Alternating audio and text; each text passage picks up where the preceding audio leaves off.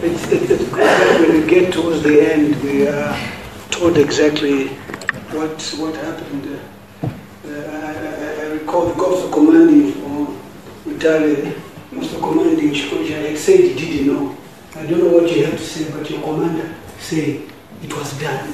Because the officer in charge said he knew, and he's an honest person, and I think you've really done well from a professional point of view to actually confirm what an officer in charge, a low-ranking officer, saw on the ground. And you being at the top, you're confirming that. That to me is true statesmanship expected of a senior officer responsible for duty. And we wish we had many like you, because we would not have wasted all this time. Absolutely. And I wish you had said point of order next time, Chairman. We could have been home, and because that's exactly what it is. The deployment was done, it's known, it's refreshing that people hear people admitting to certain things, whether right or wrong. The committee will resolve in terms of that. But Officer Commanding Chingojo, you heard your commander saying the deployment was known, your officer in charge says it was known, but you did not know. Thank you, Mr. Chair. If you heard him right, he said all this was being engineered or being authored from Harare. I was in Mutare.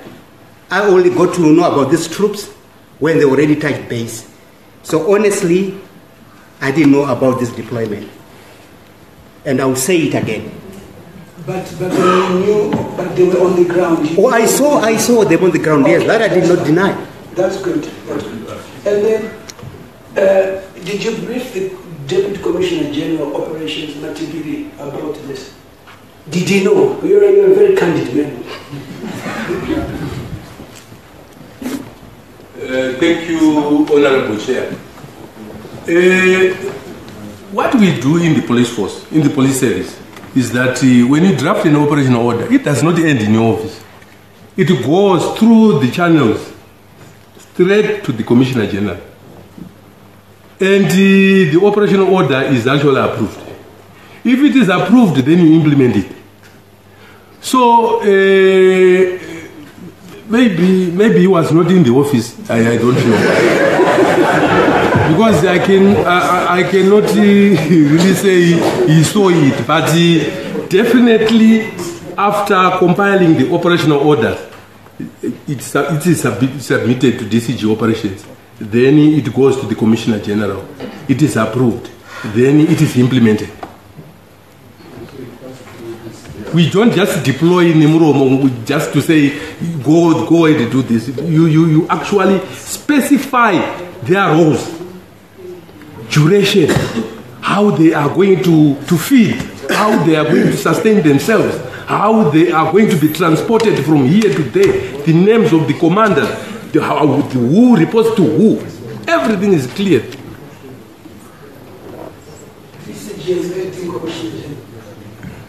Commanders have spoken that you knew about it. There's no point in the structure of the police when such an operation happened than the DCG. It's impossible. Thank you very much, Chair. I'm sure you just want to hear my voice. But I'm sure with the eloquence with which some of these issues are being explained, you should be able to detect what exactly was happening. The issue about ZCDC coming into effect, I remember very well that I was at the airport around 6 in the evening, proceeding to Victoria Falls, when I was called by, first of all, one of the investors, and he was almost complaining about the police. What are you doing, you people? And after some few minutes, another investor called me again and said, what are you doing? And in both situations, I indicated that I knew absolutely nothing, and I was truthful. We were on our way to Victoria Falls for a joint permanent commission with Botswana. And I then got the briefing from Commissioner Tanyanyo that this is the direction that the government has now taken. we are crumbling everything down, consolidating it. And I even want to indicate that during the Joint Permanent Commission with Botswana, I then defended that position of consolidating our mining entities into one, learning from what the Botswana government was doing. But this is something I had to immediately grasp and ensure that we talk about it during the Joint Permanent Commission with Botswana. Because as a senior officer, I have to be seen to be defending the government at any cost. I would not be able to say I don't know A, B, C, D, because my commissioner had briefed me. So I knew, and we had to defend the consolidation of the diamond mining activities in Chiazo. And we did brief and commend the Botswana delegation that they are setting a good example, and we would want to follow. But this was after Commissioner Tanyanyiwa had briefed me. But please take note, I was number 2, but this I was getting from my subordinate, that this is now the new direction. So you should be able to tell what exactly was happening. If there are operational orders written, of course there are minutes, they are signed before. Anyone who initiates that document, Anesa my initial was lucky, and it has clear instructions, and those documents can still be retrieved. And if my name happens to be there, you will be able to see and say it. Thank you. I think, Mr. General, all I want to comment is Parliament is not for speculation. We don't want to let the situation when you ask us to guess. I think it would have been in order for you to have briefed this committee that true, this operation happened without me knowing. When I was in Victoria Force, my subordinate informed me about it. That's all we needed, because the question was, did the police know of this? And true to your word, you were briefed about it, whether from the Commissioner General or from your subordinate. The question is that you were briefed on that. And I think it is important that the offices that you hold, we expect that to come through, not from subordinates. But like I say, we appreciate the information that we got, and I think there is no more speculation where the police came from. People are starting to wonder, was this the ZRP or not? But most important question is, when you get an order from any government department, do you just do it? I mean, there is no law from a constitutional point of view that says the police can just go willy-nilly. Because right now, you might even get an order to say, go to my house and destroy everything. I mean, where does it end? Because we have a situation where you moved in to clear that, the diamond sector was regularized, the companies moved in, and the government is equally involved from ZMDC, and then you've got the joint venture partners as well. So you decide, it seems like government was at war with itself, because the joint venture involves government. And were you not supposed to have a court order? Because what then happens after that? There were reports of a lot of diamonds missing, votes were missing, with the evidence that we got here. And what authority in terms of the law do you have to just enter? Because these companies were already operating without licenses, and there's no one who went there. And were they just operating without government knowing? I think Mr. Masiremba was very clear in saying, but how can you say they are operating illegally when government is there? Because we want to hold government accountable here. So is this how you deal, or you are going to deal with all the investors? Where you decide this has not worked, it's out, and you're now moving in. In terms of the law, intellectual property rights, rule of law, all this is now a story in the world that the Zimbabwean government, police went and took over diamond mines belonging, like you are rightly saying, Deputy Commissioner General, that you got calls from investors saying, but what is going on here? Minister Chidhakwa, was there no need to have a court order to ensure that they go, if somebody refuses to vacate your piece of land and you're the rightful owner, even if somebody refuses to vacate your house and you're the owner tenant and they've not paid, do the police just come and kick you out, though you're the owner? How does the law help us? It's important for the rule of law. Thank you, Chairman. The Mines and Minerals Act, The second clause says investors shall be allocated concessions a limit. They shall be allocated to the effect that they shall be allocated a concession, but what they get is a limited right.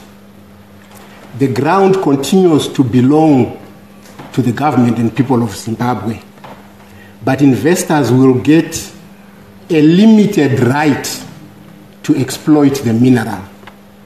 And the limited right is provided for in the Act through the issuance of a mining license, a special grant, or a mining certificate. That is the first point of abiding by the rule of law. If a company goes onto a piece of ground and starts operating without a license, that company is out of order in terms of the Mines and Minerals Act. And if a company operates outside the license it has been given as expired, they themselves have violated the rule of law. Because the law of the land, of the mining land, says you must have a license in order to operate.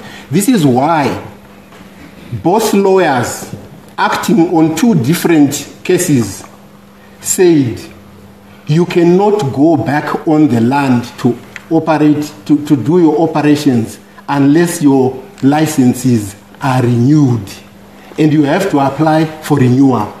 So, Mr. Chairman, I think there is the issue of when you are appointed a minister and when a government is operational and it makes decisions. Does it make decisions? Does it make decisions in this way or in the other way? In this case, we made decisions to say the companies had been operating without licenses for some of them for more than 2 years.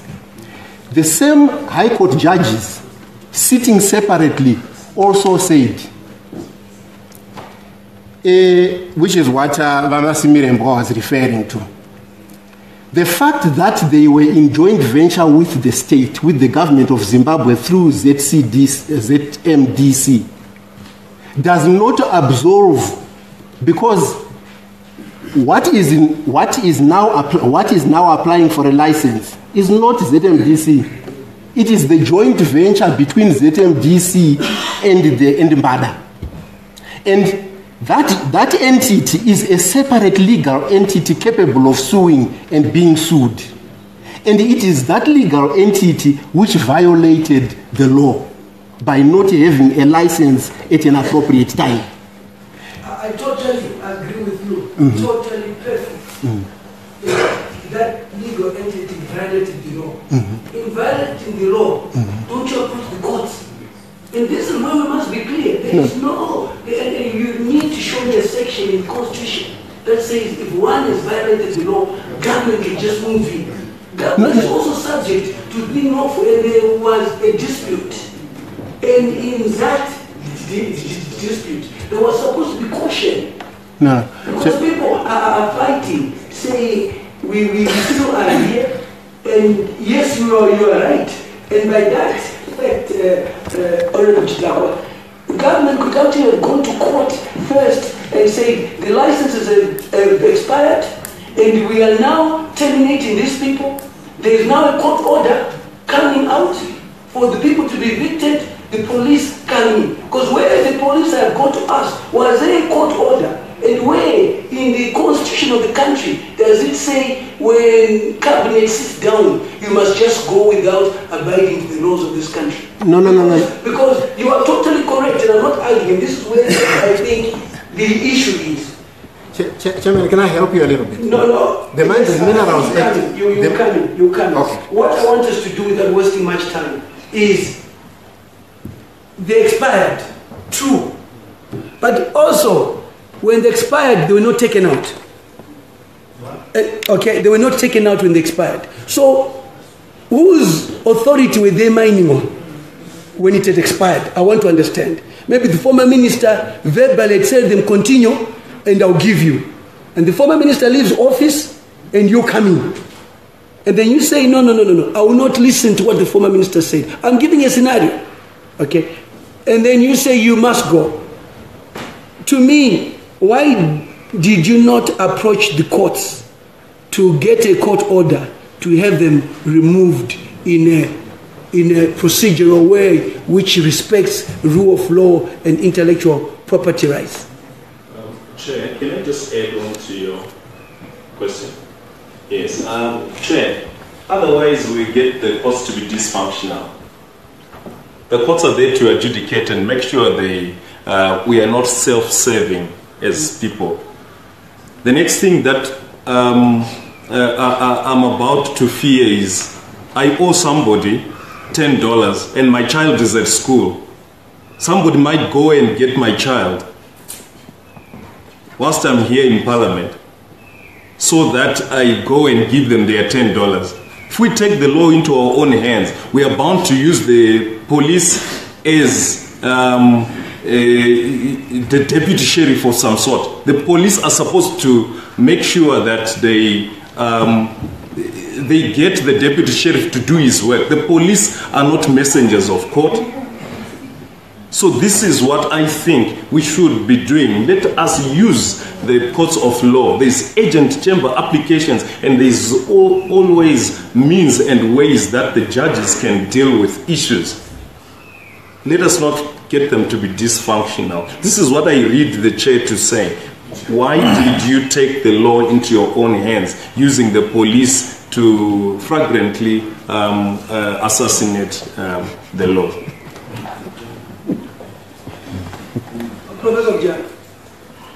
If I may assist the chair, in the industry, there are so many special grants, licenses, and so on that are continuously expiring.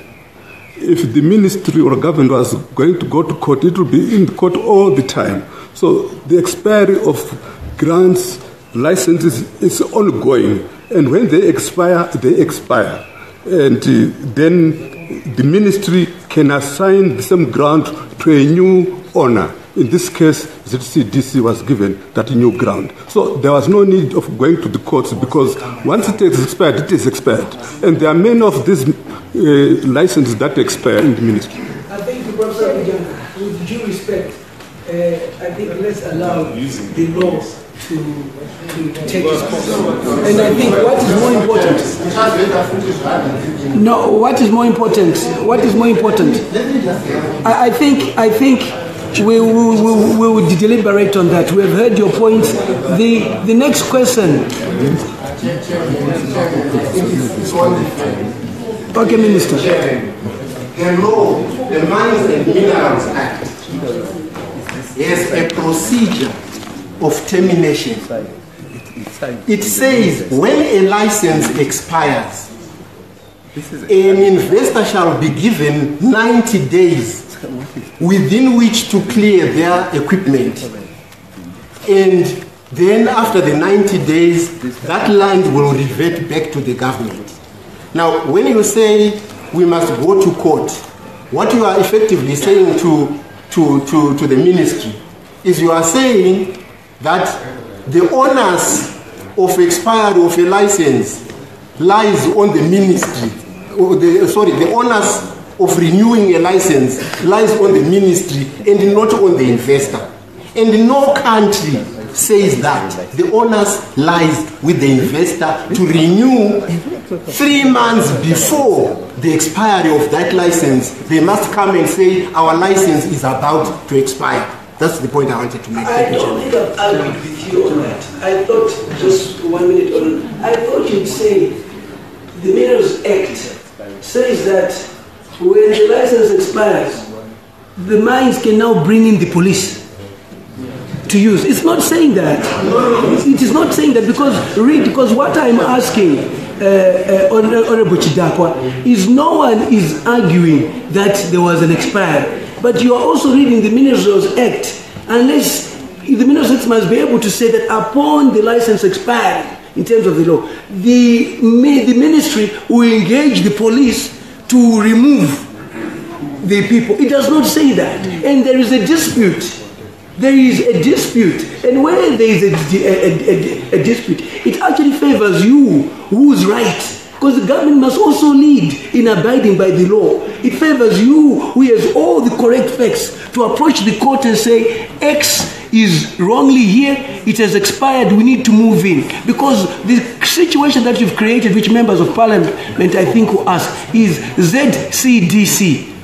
You then wanted ZCDC to come in. And with the evidence that we have, ZCDC was not even formed. Yeah. So now, this is the next question. You wanted ZCDC to be there. ZCDC was only a name. It was only a company recently when you left. But the mines were taken over when you were there. What would be your response to that? Before the chair. I think before the Honourable Chair. Thank you, Mr. Chairman. To the Honourable former Minister, if you can put it on record, is it correct that when these companies were stopped with the use of the police, had all their licenses expired, all the companies? Is it a fact? Or some of the companies, their licenses were still valid? DTZ license. Because I understand amongst the companies, we had some companies whose licenses were still valid, but still they were affected. Even if it's one or it's half, but its license was valid. Why was it stopped if we are abiding by the Constitution? And also, Chair, when they given the 90 days mandatory, as they alludes to, the 90 days, so they given, or you force marshal them abusing the police. The police, in my view, in this case, certainly were abused, and this should certainly put an end to such abuse. I think the question that Honourable Mtsami brings in is important. In your own submission, you said that DTZ were licensed, but DTZ, with their oral evidence, they said they also were faced with 80 police officers armed with AKs, but they were licensed. What is your response to DTZ? DTZ's license expired 2 months after the ones that the rest of them. That's the only license. And in fact, they will testify to you that when we calculated the value of the takeover, we actually we estimated the diamonds that they were going that they were doing on a monthly basis, and then we said if you were going to do another 2 months, how many diamonds would you have done? And then that was the basis of the discussion on the compensation for the equipment as well as for the 2 months. Now let me. You said yes. It had expired. It still had 2 months to go. Yes. Yes. So it's 2 months to go, but you still visited the head police officers. Well, let me now go back to the issue of the police. No, on the DTZ, let's go with this one. The 2 months before. Okay? The 2 months before. But still they were visited by the police. Yeah, I think this is the point I'm trying to make, that when the police then went, they did not realize that DTZ still had 2 months to go. So that was yeah. So let me, Chairman, let me go back to the issue of the police. We must make progress. This is it's a committee that has been joined. I told you, can be up to 12 minutes. The answers will come, as you can see. Yes. But DTZ, we're giving one example of DTZ So it's only now when you are telling us, in submitting to us, you did not say to us, these ones, it expired. No, I did, Chairman. I did. You actually said yourself that in your submission you made that statement. I actually did. No, but what I'm saying is that you did not say in Didymus' situation everything was in order. Because the question was, with everything being in order, why did the police go? Chairman,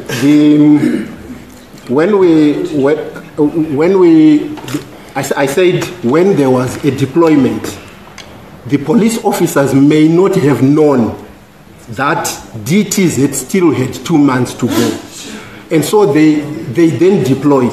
And I just want to make another point, Chairman. When there is a dispute at a gold mine, there is no doubt everywhere, even on small gold mines, Kunana Kweko, we have to ask the police to go there and stop the disputants from fighting each other. Because the point is,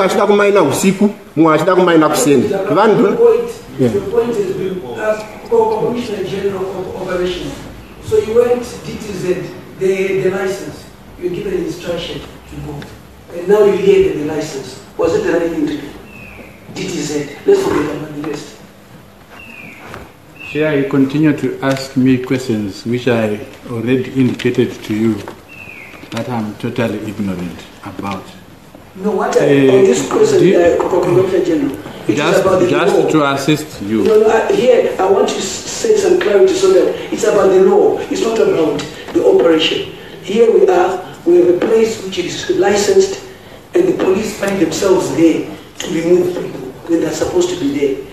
Is that the right thing to do from the way the police operate? If that assumption is to be true, my answer is it's wrong.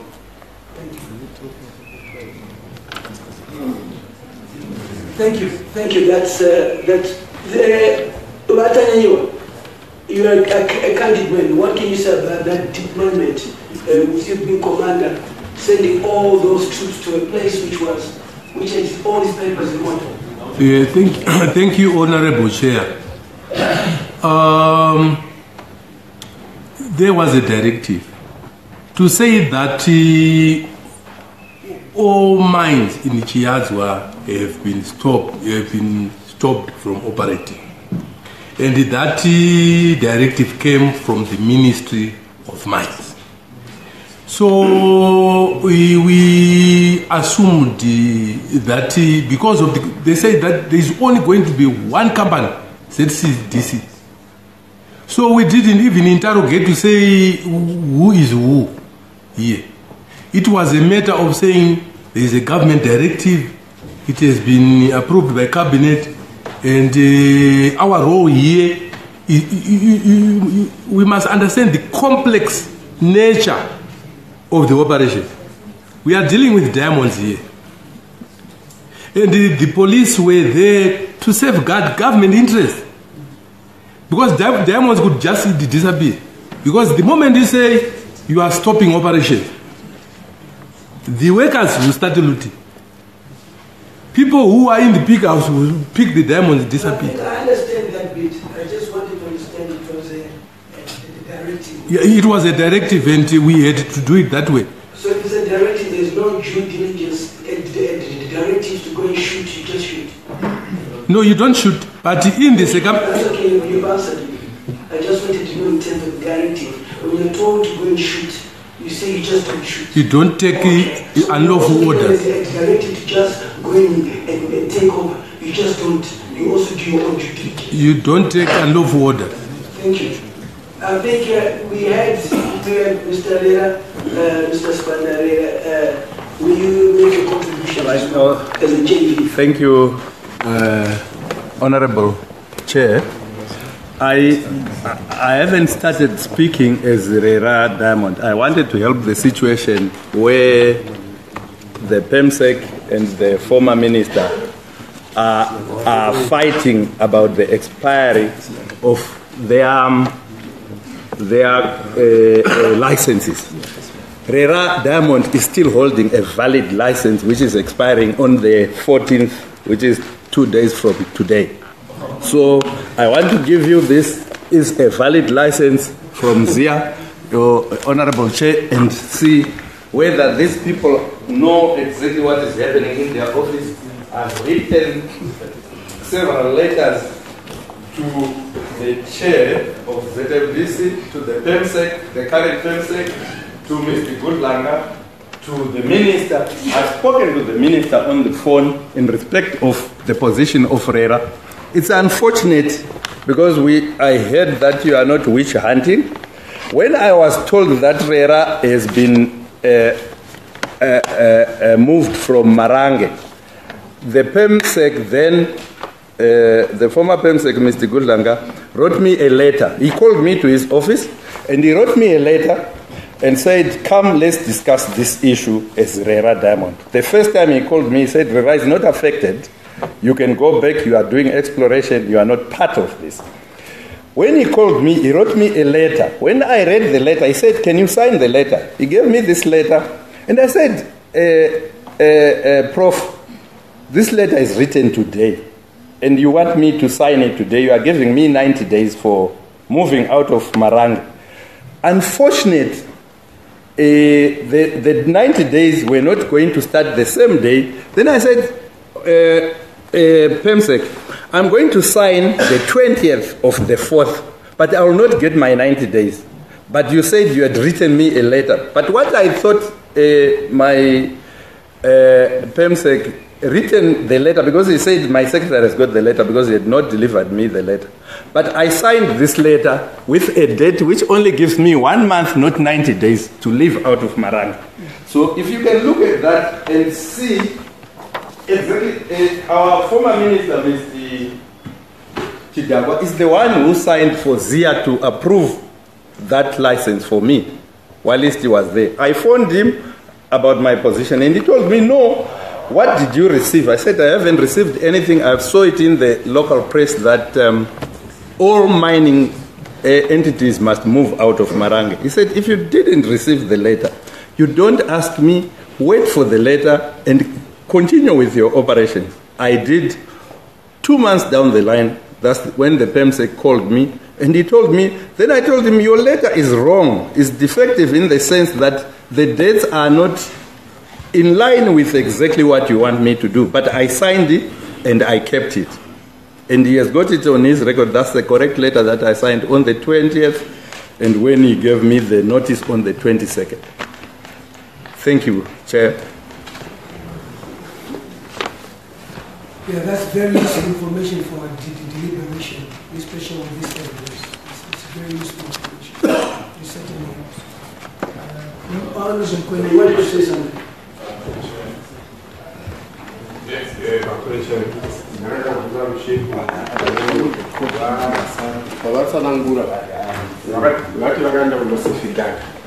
kuti madiamonds sezvo kambani yavharwa asadisappear kuti asatoro saka avakasvika aripo vakazomatora akaenda kupi kana kuti vangatipa information here kukomiti kuti diamonds rakasvika riripo ravachira kuti ringadisappear riripi kana kuti rakatengeswa rikaita mari ikaiswa kunational treasury here.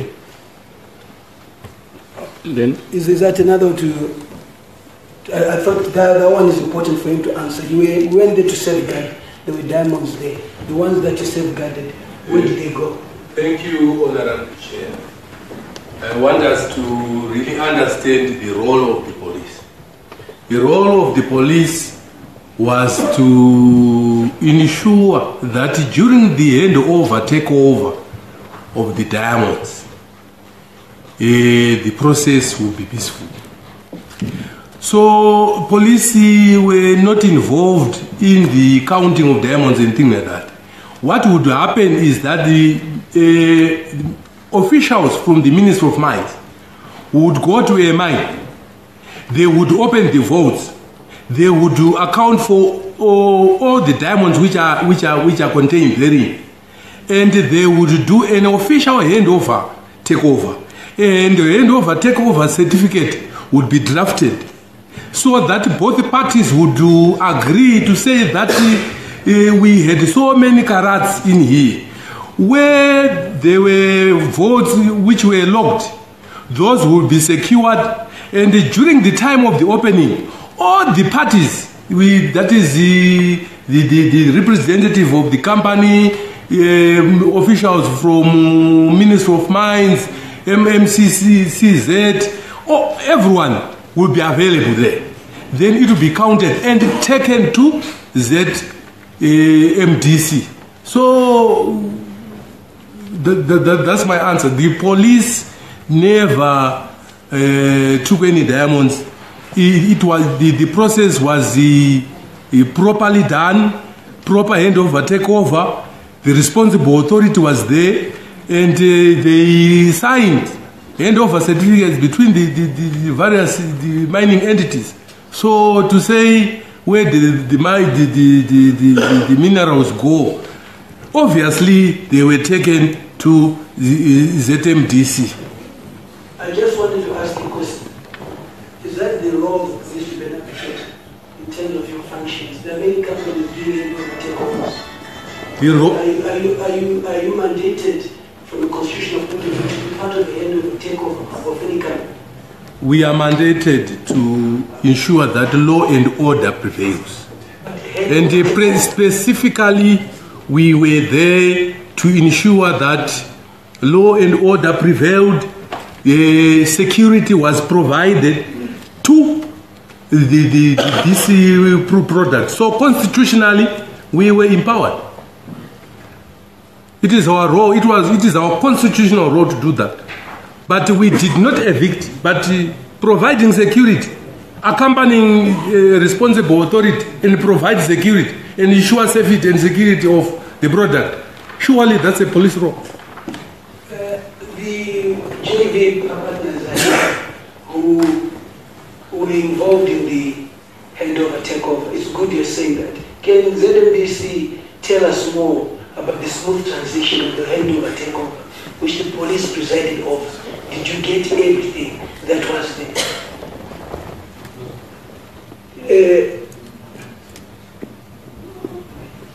ZMDC. Honorable Chairman, we did not participate.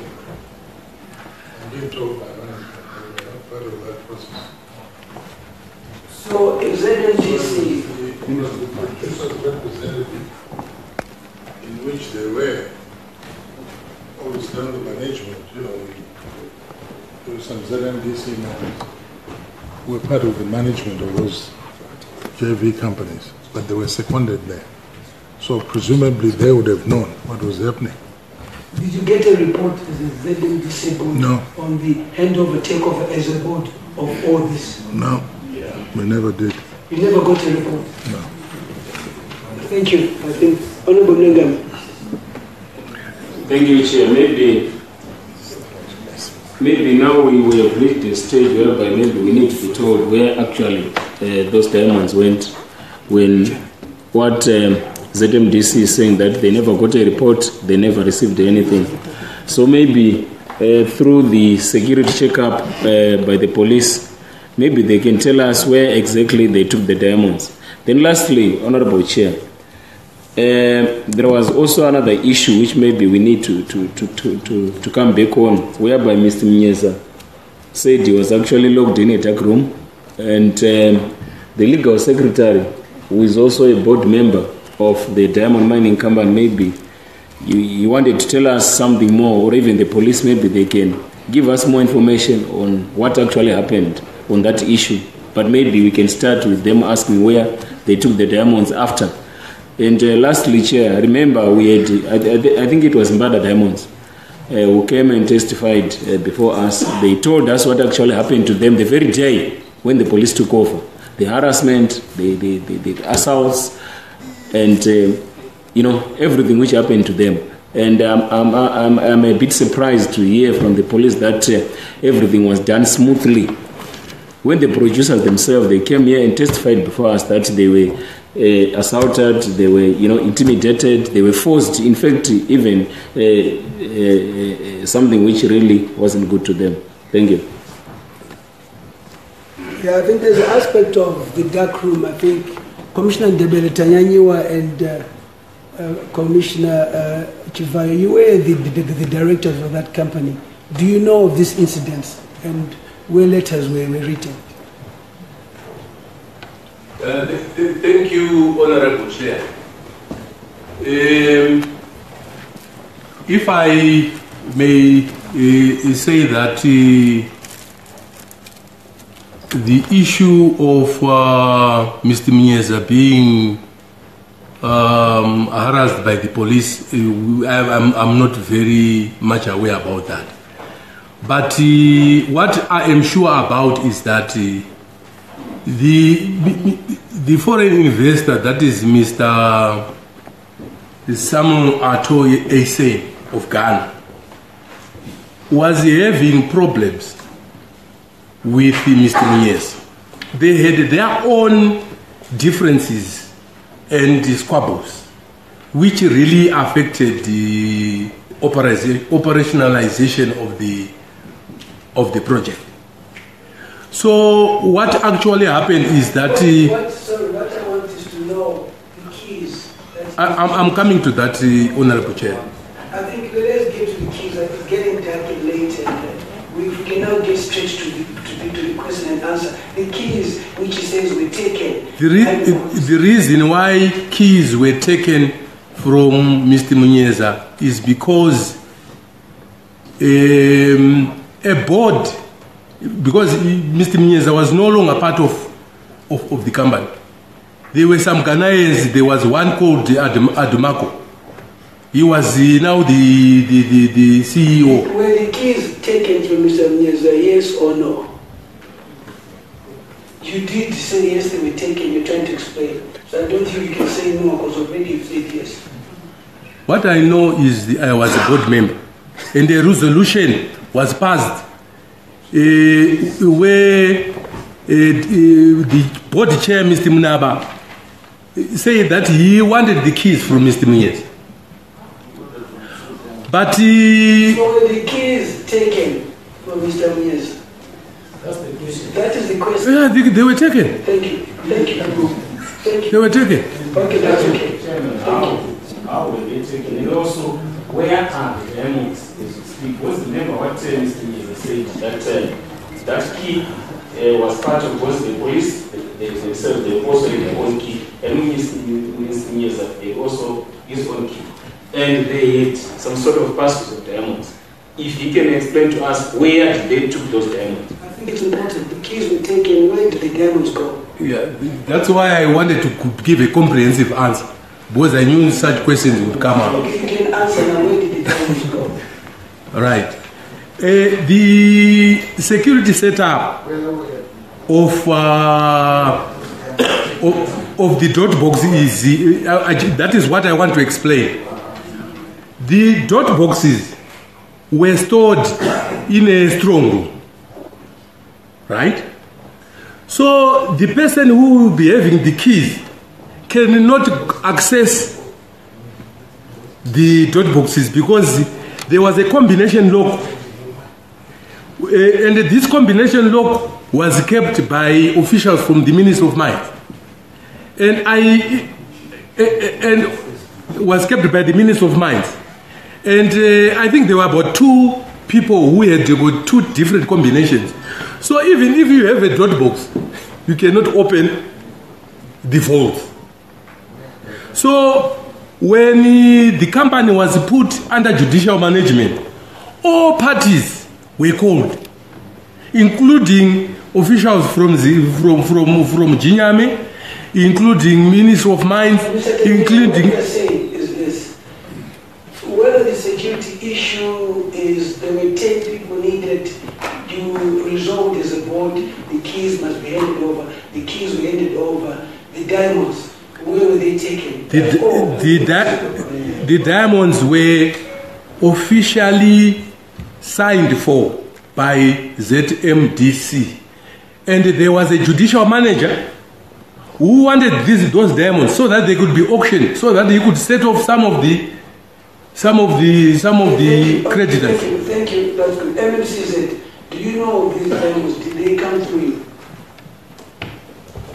Can you take off? This is where MMCZ comes in now. Okay, yes, you're taking off. MMCs and two diamonds. Do you know of them? And they come through you? I've already taken off. Thank you, Chairman. Without being very specific, we don't have a record in terms of the specific diamonds that are being talked about. But what we have here, we have diamonds that I'm told were consolidated together with Kusena diamonds, because although we don't have the Gainyame diamonds per se, we do have a record that shows that the diamonds that were produced by Kusena are less than what we actually sold. So from my manager here, she says the Gainyame diamonds were actually consolidated into Kusena. But it's something that I just got now. Point of order. Let me maybe answer, because it's not very clear on that. I haven't taken off. Don't worry, you answer. While you're taking off, he can finish. May he finish? I finished.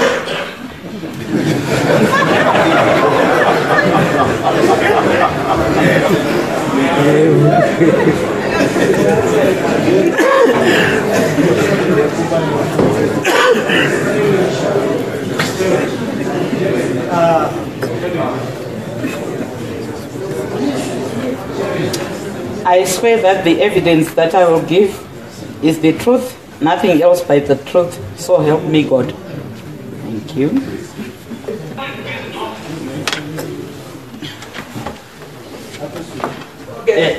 The diamonds in question were auctioned through the first element auction floor. They were auctioned under Ganyam. There is a record to that effect.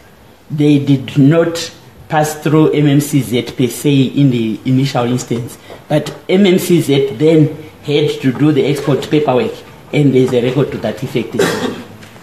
And it was, like he said, the diamonds were under judicial management, and the monies were supposed to go to the lawyers that were handling that.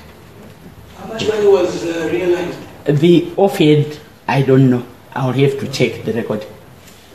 Are they not supposed to go through MMCZ first? The tenders were being held by First Element, but MMCZ was privy to the process. They would oversee that whole process. So we have records on our own. First Element had records as well. Okay, lastly, yes. But on the same issue of the diamonds, remember what ZMDC said, that they never received the diamonds from the police in regard with the diamonds. Maybe she can also explain to us whether they received those diamonds and they sold them, and if they sold them, how much did they realize those diamonds?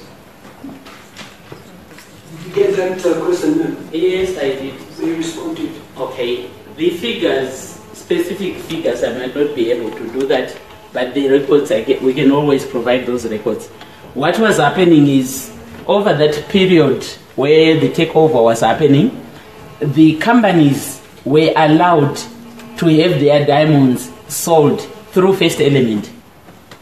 And the diamonds were sold and money given to the individual companies. I think up to a period, I think it was about May 2016. And I remember there's one parcel from Bada which was sold in around August 2016.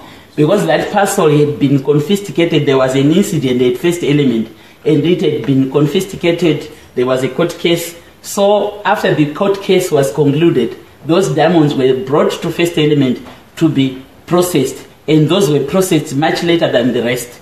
So diamonds were sold, and money is handed over to the individual companies through First Element. I think we've just got 3 more players that we need to deal with, members. If we could just do them quickly and ask, we've got Zebra and MMCZ and the Minister of Finance. MMCZ, while we are at this, in terms of all the diamonds that were mined in Zimbabwe, did they come through you?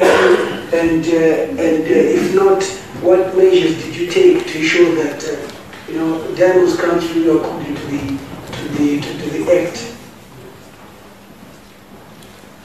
Thank you, Chairman. I think we'll talk about the exports. As members are aware, MMCZ is the marketing arm of government, and we've got producers in here who obviously would know what they produced. But since 2006 to the end of 2017, the MMCZ auctioned about 50 million. It's actually 50127,515.25. So just over 50 million carats, valued at about 2.4, and the exact figure is 2.429733.33 billion US dollars. So those are the records that we have in terms of exports. I think in terms of production, the figures that we have, that we get through our monitoring activities, I must confess that we have got some gaps. We have actually sold much more than what we are reflecting as production. And therefore, obviously, I think we would have wanted the producers to provide us with more information so that we can have accurate records. And as members are also aware, it's not mandatory for the producers to submit production figures to MMCZ. It's on a need basis. Okay, thank you very much. Zimra, 2 billion is being talked about. How much did you benefit from that?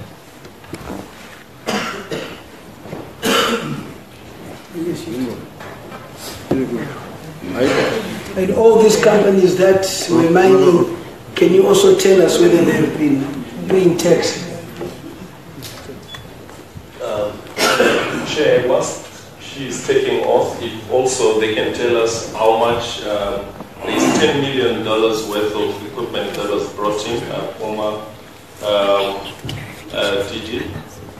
How much of that in terms of VAT or clearance did you realize at the border? We want to know how much in terms of quantum they played in resource mobilization or in payment for their partnership in the other partnership that was spoken to and about earlier.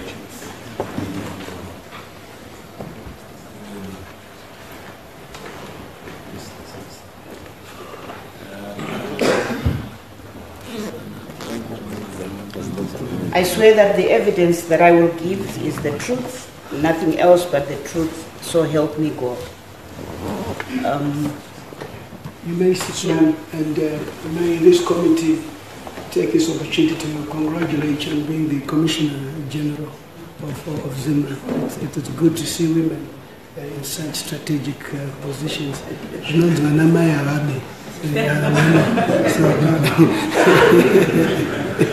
So, no, honestly, the committee wishes you all the best, and we have no doubt that you will serve the country.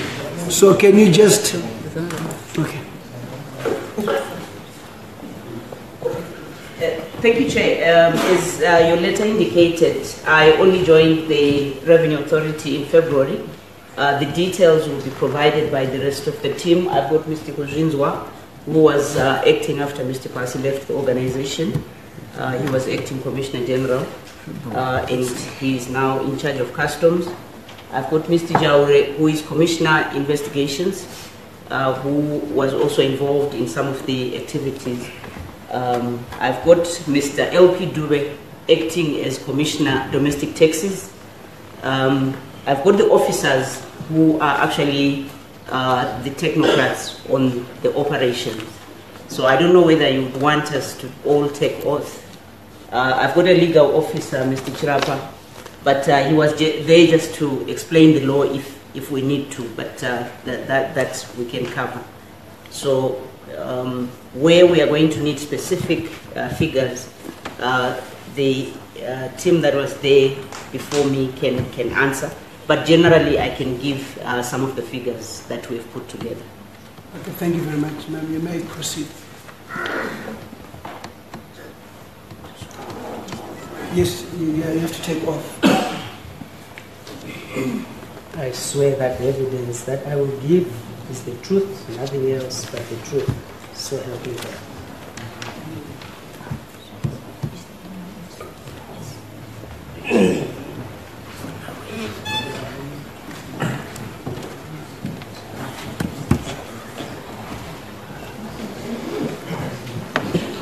I swear that evidence that I will give is the truth, nothing else but the truth. So help me God.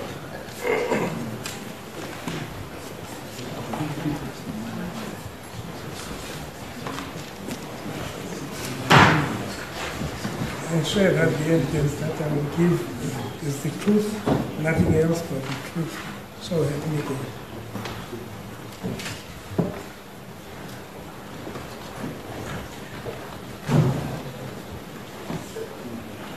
I want to just thank you for your patience to be done soon. And I also want to introduce the members of Parliament of this committee that came in late. They were ensuring that their CVs have passed, and I think they have. That's what they worked their best. I can't imagine working without you next year. So,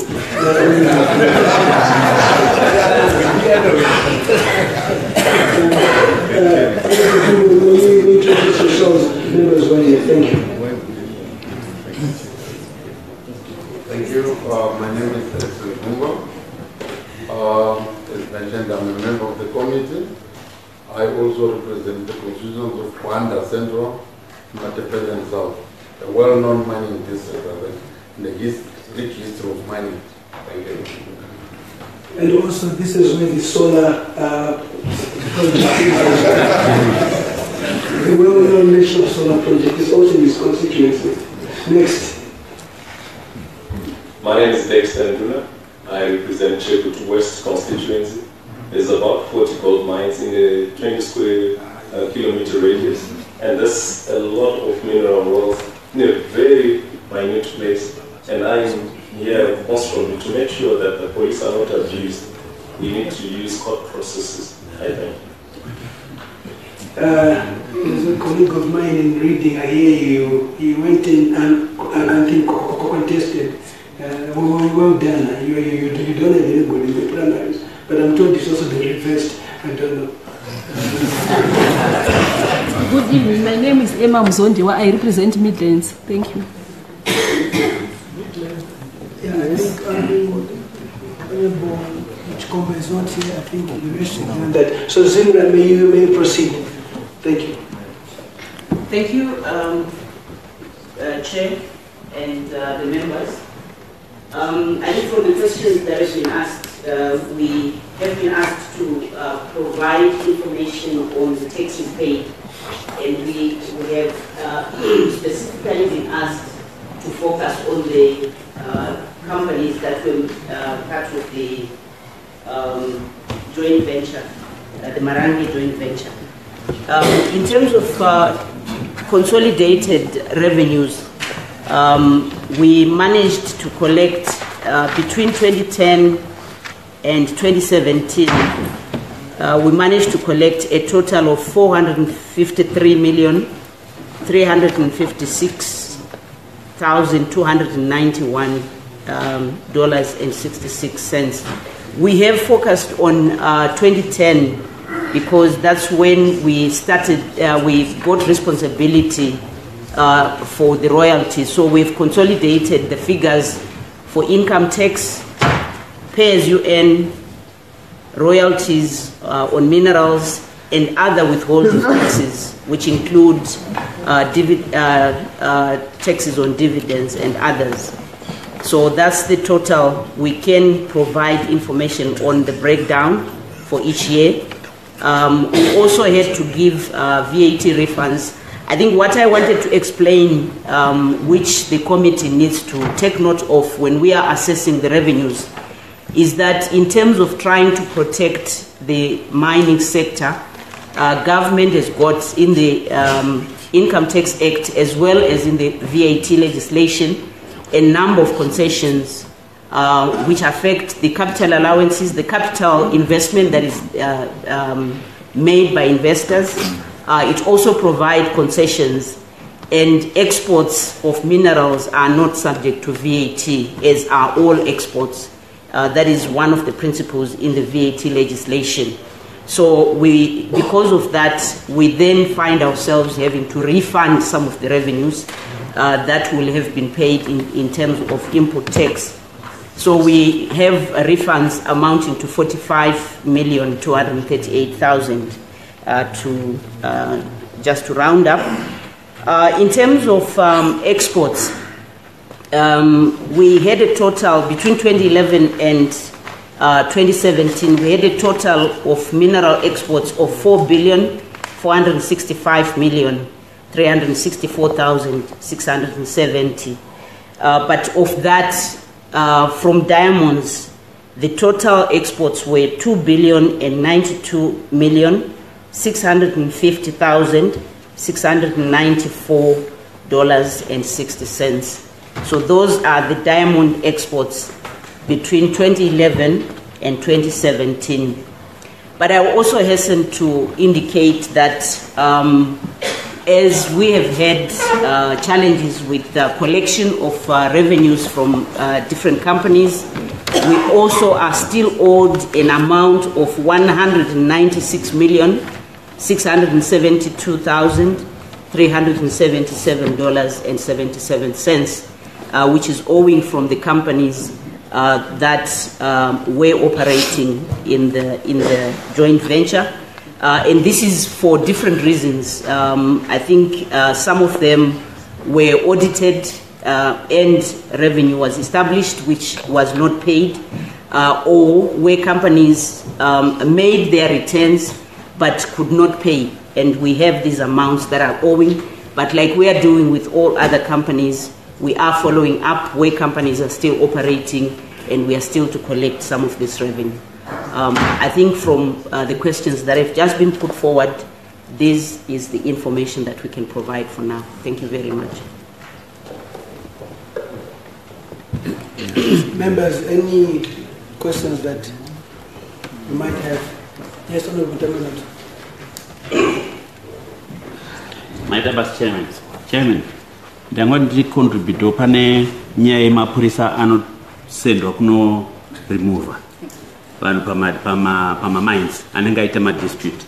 Indinofunga kuti kuna minister handika, indinofunga kuti chairman from experience handika, ndichirarama munyika ino ndakuanda mining wezvi, pane mutemo uripo wokuti minister vanofanira kuziva unovatendera kuti vati mapurisa ndaende, nokuti havasi vega vanotoshandisa mutemo uyu. Pane macommissioners, paimbori macommissioner vaishandisa, paina mapemsec vanoshandisa kuma special grant, pane ndokuzouya paiyo zvinokwana mine engineers and so on, maregional vari kushandisa mutemo iwowo. So kuti ende izvo ivo minister vakauya manje, kune mamwe minister akauya kuministry vaingoshandisa mutemo iwowo. Handione kuti vangaramba vachita mistake vanhu vese ava kusvika kupolisi vanoziva zvomutemo vachiita zvinhu zvimwe chete zvokuti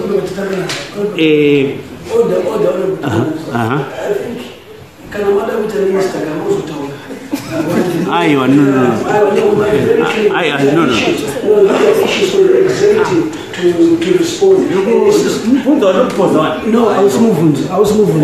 Hausimubvunzo. Kana mukati pane mutemo uripo wanofanira vachishandisa, imi maukuzive mutemo wacho, iwo haazive. Ndosaka ndati awa ndosaka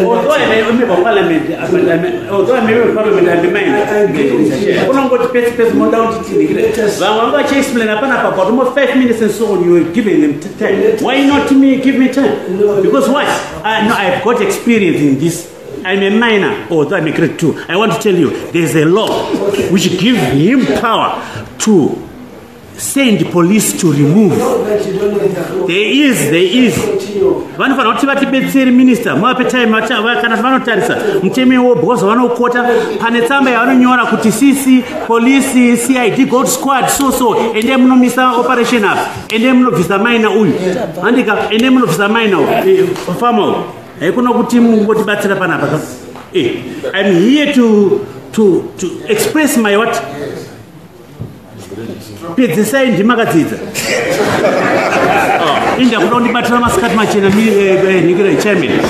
I'm here. Haikona ngoti munganetse nenyaya dzimwe dzakasimple. Ease of doing business. Zvinhu zvakakuenda kumakoti nhasi tinopedza makore mangani nyaya isina kupera kuitaura. Ease of doing business takaintroduce munyika. Why yakaintroduce munyika? Because taida kuti zvinhu zvifambe zviri smoothly and faster. As the minister did, today you are choosing him. Kuti wakadzingire makambani. Yes, vangaita dispute against the government. That's why they were given, that's why the police were sent to remove them. So let the minister tell us the chapter in the Mining Act. Thank you, Honorable. What it says. Don't just push me. I'm not a zero man, I'm a man with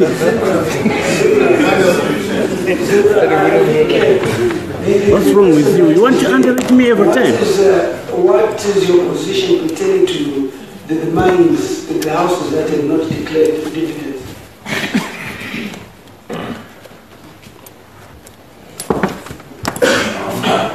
Thank you, Chair. Good evening, honorable members. With Zimra, we respond to the transactions that will have taken place. If a company, whether it's a diamond mine or any taxpayer for that matter, if they do not declare a dividend, as far as our law is concerned, there is no impropriety there. But if a dividend is declared, it suffers what we call a withholding tax, which must be deducted at source and remitted to Zimra. So if in their operations they have not gotten to a point where they have declared the dividend, then there is no obligation in as far as the tax that affects them is concerned. And Jean, did they declare tax in terms of your records?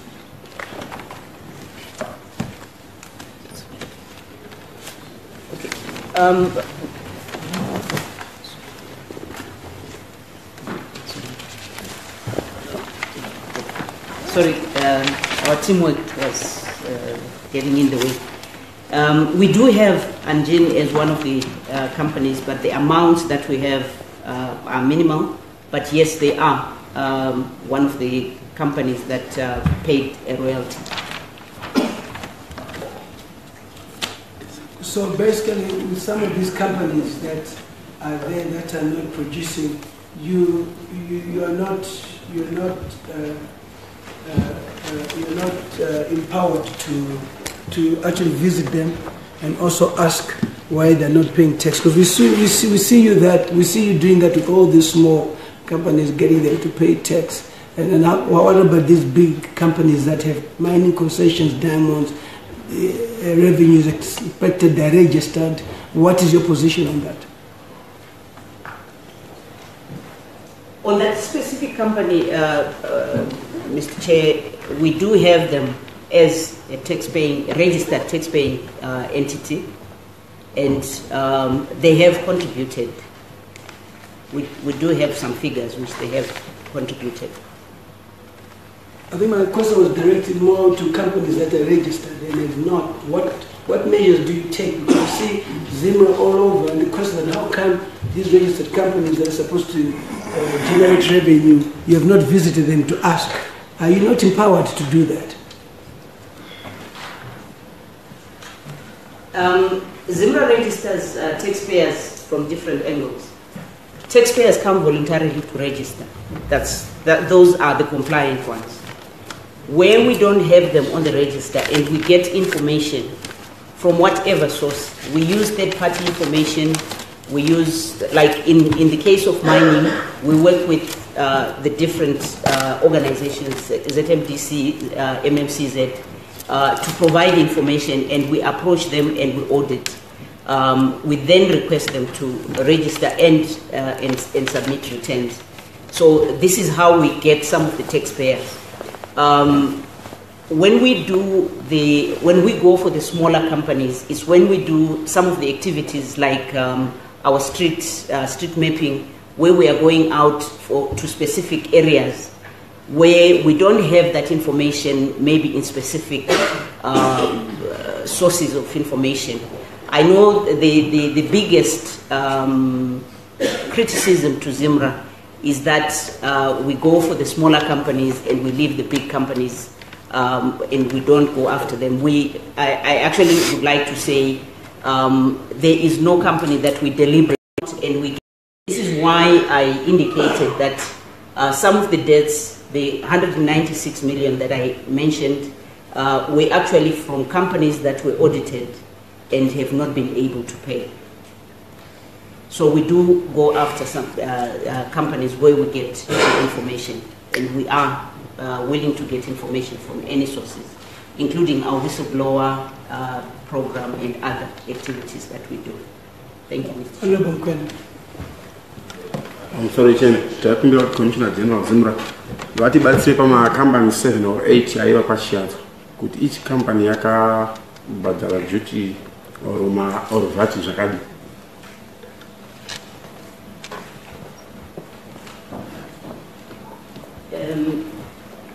We will seek your guidance, Mr. Chair. As you may be aware, we are bound by the secrecy provisions which preclude us from giving individual tax information in the public domain except through a court order.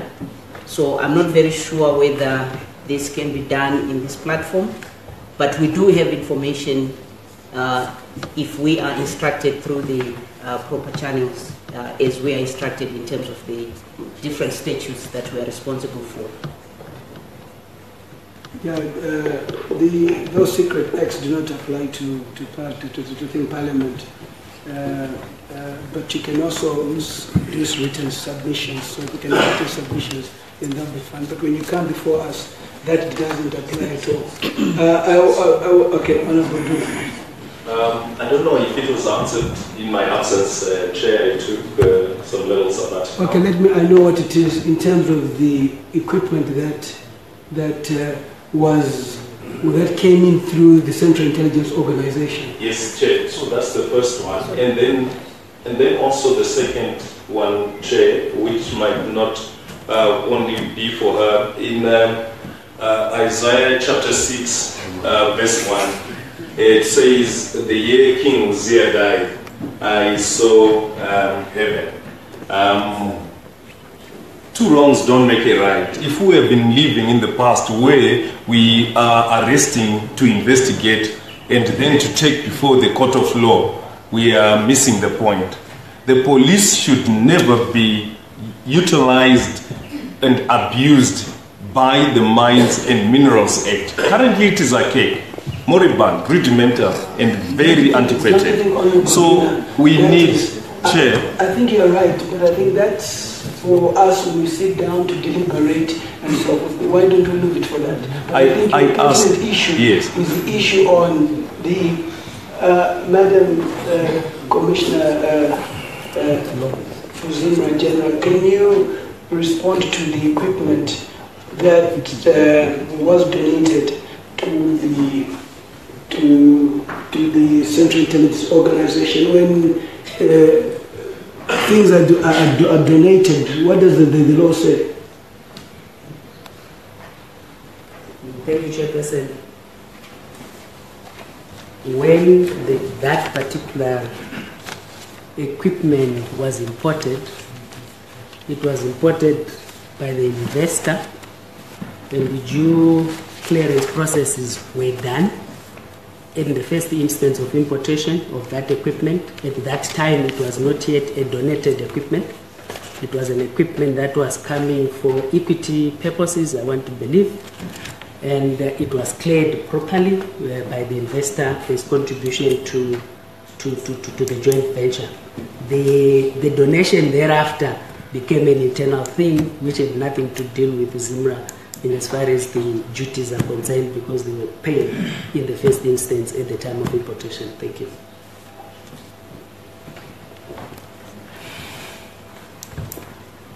So the duty was paid. I think we now got the Minister of Finance for the last session. Minister of Finance, are we here? Did you take off?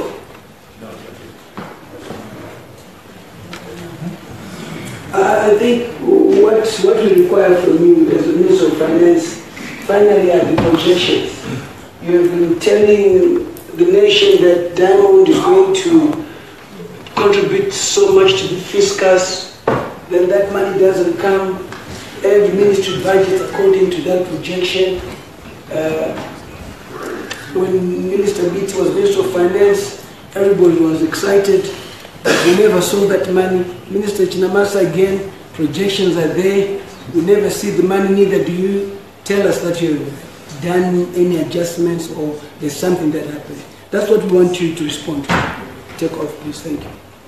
I swear that I will give the evidence that I will give is the truth, nothing else but the truth, so help me God.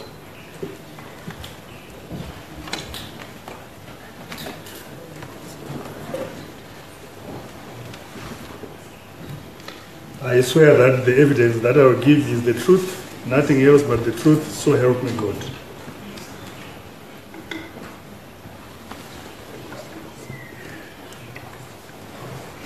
Chairman, thank you very much for the opportunity. I must say we've been following deliberations, and I think the latest in terms of figures that have come from Zimra, we attest to the inflows as have been reported by Zimra. Chairman, to be specific on the issue that you raise, year in, year out, in each fiscal year, we come up with the revenue projections. And these revenue projections are as per our revenue heads, company tax, etc., etc. So it so happens that when you project, there are certain assumptions that you'll be making. When looking at the specific sector of diamonds, you'll be looking at what we expect the performance of the companies involved will be. So yes, Chairman, we have had in terms of projections some deviations in terms of what we are collecting. And I think if you want to be current, the current position that has been reported by the Commissioner General, not all tax which was due was collected. But Chairman, I think it will emphasize, in the early times when we were looking at diamond production, it was easy for us to assume that tax will be equal to production. But we're disregarding the element that you need to go from production to the actual auctioning of the diamonds. So it's only through auctioning that you'll be able to collect when the actual sale has taken place. So where there is a deviation between what you actually produce and what gets sold, you get the companies only being able to acquit themselves in tax, in terms of paying tax based on what sales have been realized. Chairman, I want to conclude by saying, yes, we continue to monitor the diamond sector to try to see what we can collect. It will be ideal for us to maximize collections. But I think through the processes that we have gone through in this meeting, in terms of the consolidation that has been taking place, we want to be the first to say that I'm sure we could do more in terms of diamond collection, better than we are doing now. But the figures, Chairman, are the ones which have come from Zimra. Thank you. Yeah, I think my question that is the aspect of tax evasion. It seems as if you're exonerating the diamond companies from tax invasion, which I think is critical in terms of that. Also, the issue of the revenue expected from diamonds through taxes and various other revenues. we say so because the issue of the 15 billion which the President spoke about certainly cannot escape the Minister of Finance. I think the Minister of Finance, in collaboration and in conjunction with the Minister of Mines, must have told the President the bad or the good news, and equally used to tell him the news that the 15 billion is there, it has gone missing. Because who else would have briefed the President of that? And what have you done as the Minister of Mines to investigate that in terms of that 15 billion? Because really, it is from your department that something must be done to ensure that that issue is addressed. Because the reason is, people say it was not there. Some people say it was there. But everybody keeps quiet. So as the Minister of Mines, what is it? What is your contribution to the 15 billion? And what have you done to make sure that it is accounted for? Thank you, Mr. Chairman. I think on our part, we don't know about the issue of the $15 billion. But what I can only mention is that given the fact that we started receiving revenue, diamond-related revenue from 2009, it was a small amount in 2009, but we got as much as $150 million in 2014.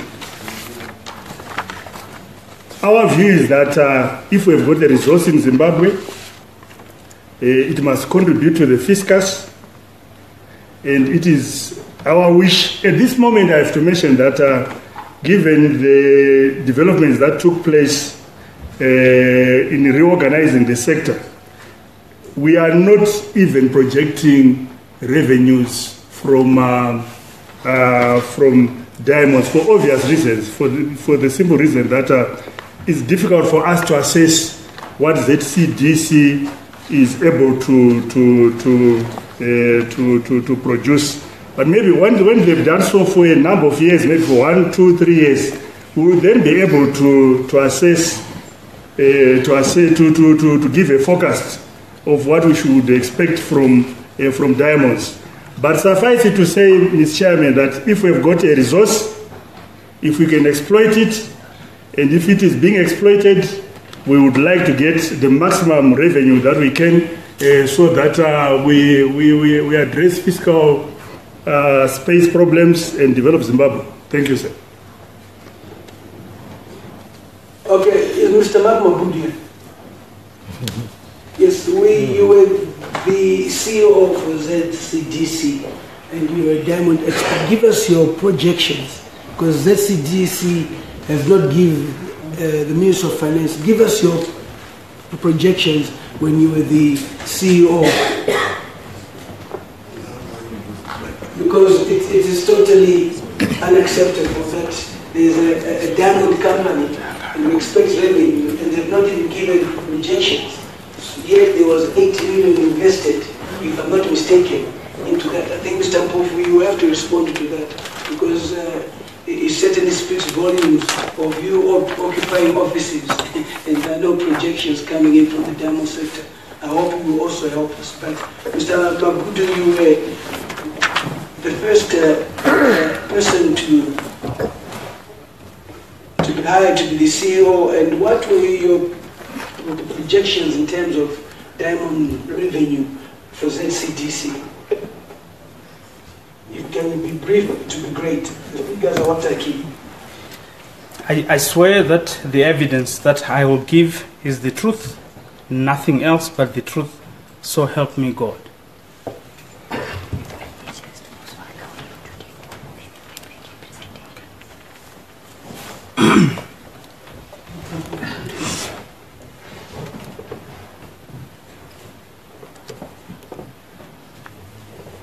I swear that the evidence that I will give is the truth, nothing else but the truth. Help me God. Thank you, Mr. Magudu. May you proceed, please? Thank you, Chairman.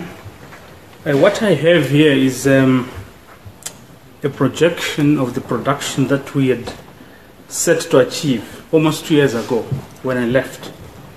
And I think it was premised on specific programs that were going to drive production based on what was on the ground, and again emanating from the consolidation process that had just been initiated. And what we had done was to have the portals or the operating areas that we had gotten hold of or into the basket of the production of the consolidation clearly mapped out. And those that had controversies with court-related issues, we had put them as far away from the projections as was possible. So we had portal. You can just name those that you put aside. Yeah, clearly we had portals related to Jinan and Anjin and Mbada. They were all out of reach. DTZ Osgeo was not yet settled. Jinyame had also not been settled. What we had in the basket at that point was Marange as portal B, Kusena as portal D and H, and DMC, which had just been put into the basket as well. I have the production schedules for 2016, and this was in March 2016 when we had put this projection. The total, I should probably, before I mention the totals, we had scenarios related to production options that were driven by the programs on the ground and their achievability or feasibility, and then the price issues related to pessimistic, realistic, or optimistic scenarios based on the achieved prices that we were obtaining as Marange.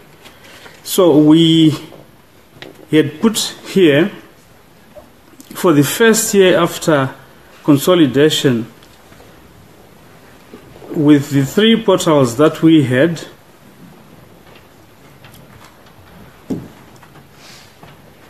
between Marange, Kusena, DMC, going into almost 3 million carats. If we added, and if we had added in Jinyame, by Q2 then, it was going to be another 200,000 carats, DTZ another 400,000 carats, and if we had concluded issues related to the concessions that had caught issues, like Anjin, another 2 million carats, Mbada, another 1.4 million carats, so giving an estimated production schedule of 6.9 million. The price schedules, pessimistic was at 50, realistic 80, optimistic 100. I mean, Marange precisely was getting $100 per carat and even more. So we had to project, given the market conditions and the variabilities that would have come as a consequence of various parameters, like when we started, we were reprocessing a lot of tailings material, which was predominantly industrial, with low gem, which had already been removed. So the price was definitely not going to be that high. The amount, without doing the production plans that we had put to boost that production, we were going to produce optimistic value of 690 million, pessimistic 350 million, with a lot of double up and improved production schedules that we were going to have from injecting more capital. Optimistic values were up to 800 million, pessimistic just under 500 million, sorry. And all these figures that I'm outlining were driven by specific initiatives that were going to be done on the ground, and they are outlined clearly for the year of 2016. So from that point on, into 2017, 2018, and beyond, there were other investment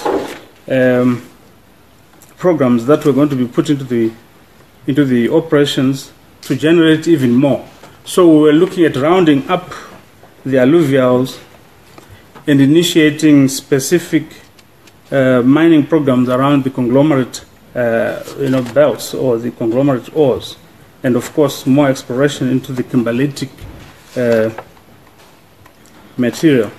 So that's briefly what we had. So this was just from the alluvial. Yeah, alluvial plus reprocessing of dumps that were. And then what were expectations of Kusena in terms of monetary? Kusena, we're looking at. I'll just check. Optimistic Kusena program would have given us almost 19 million in 2016, and pessimistic about 9 million. I was just asking about Kusena because that's the Central Intelligence Organization operation which they handed over to ZMDC, but those projections are quite interesting in terms of that. Dr. Mpofu, your projections in view of the Minister of Finance saying there are no projections from you in the next 4 years, and the former CEO of ZCDC has these projections. What are your comments then? What are your projections? Thank you, Mr. Chairman. First, Mr. Chairman, let me recognize the members of Parliament here and the committee. And also, Mr. Chairman, let me just relate to what Minister of Finance said. Minister of Finance said they did not include in their projections ZCDC production. They have not taken into account. It's not that ZCDC has no projections, but they are giving it the 3 years that he was talking about for them to gain confidence to include the figures. That's what he said. So let me speak, Mr. Chairman, on the basis of ZCDC projections on production. ZCDC conducted another diagnosis in 2017 to look at the resources that are at Chiadzwa, because we have inferred resource information that is coming from the various mines that were mining at Chiadzwa. Some of the records were not even qualified or certified. So for you to invest in production, you need certain levels of confidence that you get from exploration and evaluation. You need to do a proper diagnosis, proper due diligence and analysis before you partake in some of those projects, unless you have got qualified information on the strength and the competence of the resources that you are going to mine. The exploration that we conducted in 2017, which we invested in for the first 3 months, because for 2016, for most of it, mining was on the basis of tailings, reprocessing tailings that were left by some of the mines that were mining at Chiadzwa. And we noted that that program was not sustainable. So we needed to revisit the plans that were there and try and come up with a competent model that is going to mine for the future and come up with sustainable diamond mining for the country.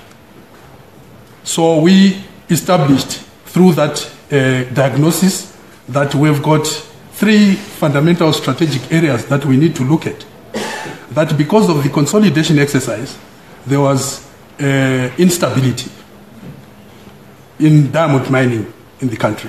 Instability caused by the legal challenges, the legacy issues, non-capitalization of the company at formation, which would not set it up for proper production.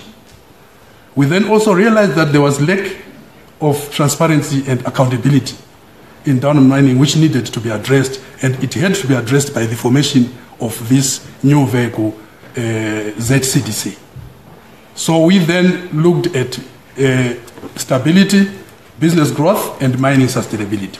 With, I think that's just an overview. Yeah, I'm just trying to get to the projections and the funding from. I think time is moving in. If you look at this presentation, as for projection, it's figures. Okay.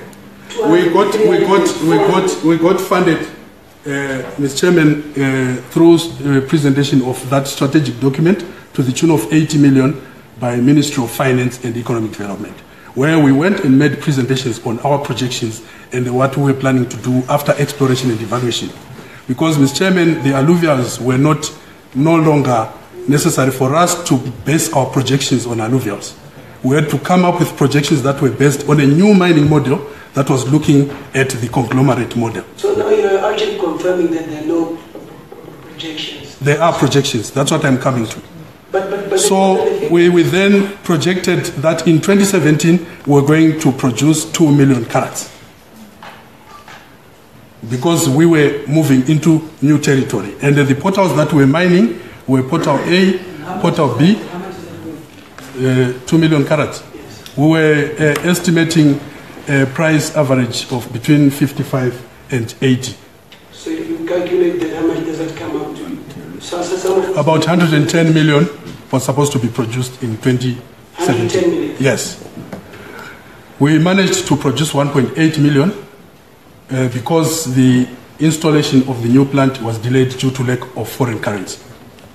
Then we were projecting in 2018 that we're going to move into production of conglomerate full swing, full throttle, which we have now submitted new projections. We've got a vision 2025 that we have, which is coming from this business model. 2018, we are producing 3 million carats. We are moving from 2018 to 2019 to 4.5 million carats. But the vision goes up to 2025. We are supposed by 2022 to be producing about 10 million carats per year. And this is based on investment projects that are going to be rolled out on the ground as we move forward in terms of opening new mines, resuscitating those that are dormant, and continuing with exploration and evaluation on kimberlitic mining. As we speak, we are already in partnership with MPC and exploring for kimberlitic in areas like Mwenezi and Chimota. And the plan is that we should open those mines up and ensure that by 2022 we achieve the 10 million carats. And that projection is based on what is on the ground in terms of continuing to confirm on resources. We also have engaged competent persons that are supposed to qualify the resources that we are going to exploit as we move forward. So ZCDC has got a very clear projection plan which goes up to 2025, which puts Zimbabwe as part of the top 5 diamond producing companies. And we are glad that our plan for the first quarter has worked very well for us because we have surpassed the targets. We have even doubled our production on the conglomerate mining for the first quarter of 2018 compared to 2017 last year. We have surpassed our target for the first quarter by about 25%. And we are very confident that we will achieve the 3 million carats that we are talking about. The quality of the diamonds have also changed because it's no longer now tailings. As he did correctly indicate, the gem content is getting higher. And we expect the price average that we'll get from that to also be higher. And that is what ZCDC is planning for the future for this country. And we ensure that there will be transparency and accountability in communicating our production and projections. Thank you, Mr. Chairman. You know, the story is that 25% of the diamonds are in Zimbabwe. But we've never seen the money. Zimbabwe will be the top 5 diamond producing again. The money never comes through. Ministry of Finance, you have put in 80 million, and there's an aspect of exploration, which I think is critical in terms of moving forward. And you never hear of that. It's the alluvial mines, there's no exploration. And we are saying, how can we quantify our diamonds if we have not explored? And I think the first thing that has got to happen is that there's got to be exploration so that we really understand the resource that we have, the quantity, and also try and look at the quality as well. And the price will come through. So I think Minister of Finance, it was not proper for you to say that we have no projections when he's giving the projections. You're putting in 80 million. 80 million for what? I think before you put any money to any entity, you must know what you're going to get out of it. So I think it's important that I think the issue of diamonds really is spoken about from an informed proposition, because it creates a lot of problems, because we get excited with figures as ministers. I don't know whether you're lobbying for jobs or what, but you come up with astronomical figures which, when we ask you to justify, you can't. You then, the think technocrats who are there are quiet. They're saying, it's the minister who said it, but the minister doesn't say anything without the technocrats being there and so forth. So I think it's important that I think we more or less understand that let's not talk about what we've not quantified. Because right now we're going to give people false hope. We have diamonds for 25 years, for 30 years, yet it's not there. Yet you have not explored. Explore and tell us the quantity that we have. I think PSUs, I think it's important, Mr. Munodawafa and Minister of Finance, to give figures to the country from what we have explored, not what you're being told and so forth. Minerals and border control, leakages. You are there to monitor the aspect of diamonds. The officer commanding is here. There is never, that missing 15 billion that the former president spoke about is just not what he's saying was mined. I think we must understand what was lost. So to me, minerals, border control units, I mean, where are you in all this? Zimra, where are you in ensuring that you are at every point and there's no leakage? State security is there. So, but yet we hear diamonds smuggled, and equally some of the mines, the concessions which some of the companies that have concessions are not declaring anything. How do we reconcile that? Minerals, border control, if you are here, can you respond quickly?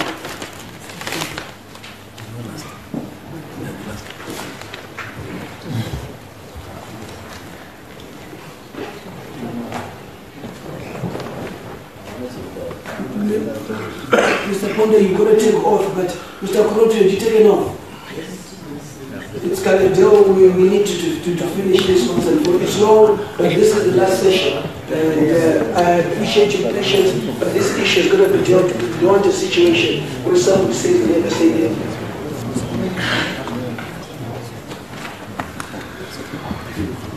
I swear that the evidence that I will give is the truth, nothing else but the truth, so help me God. Thank you.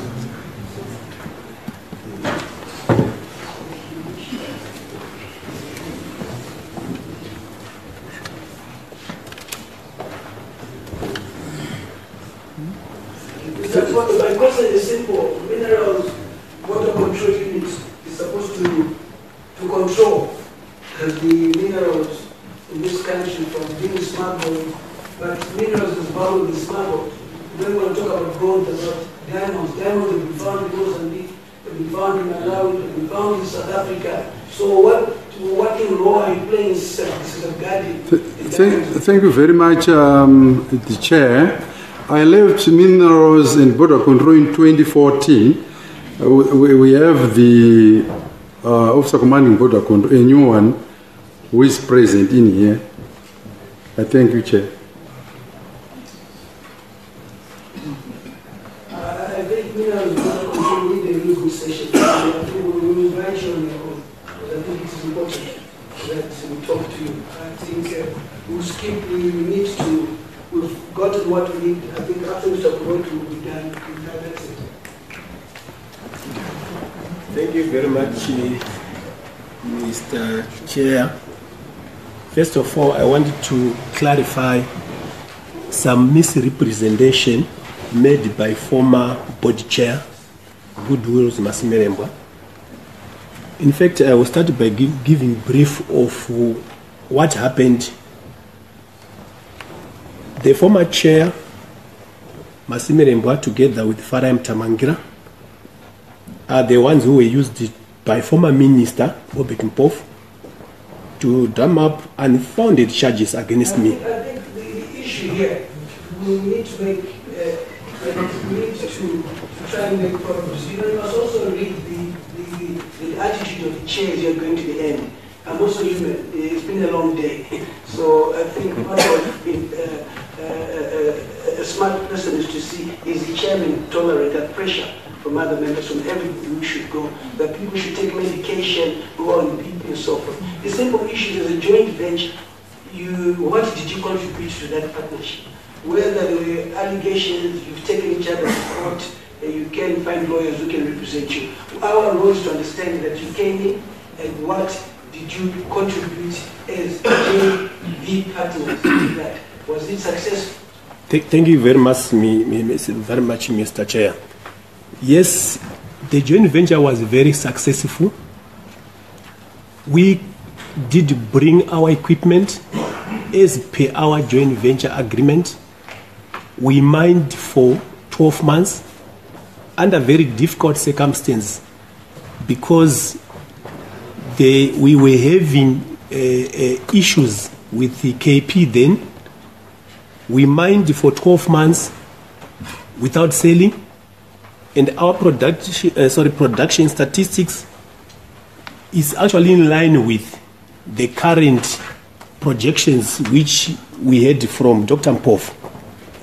In 1 year, we produced plus 1.7 million carats.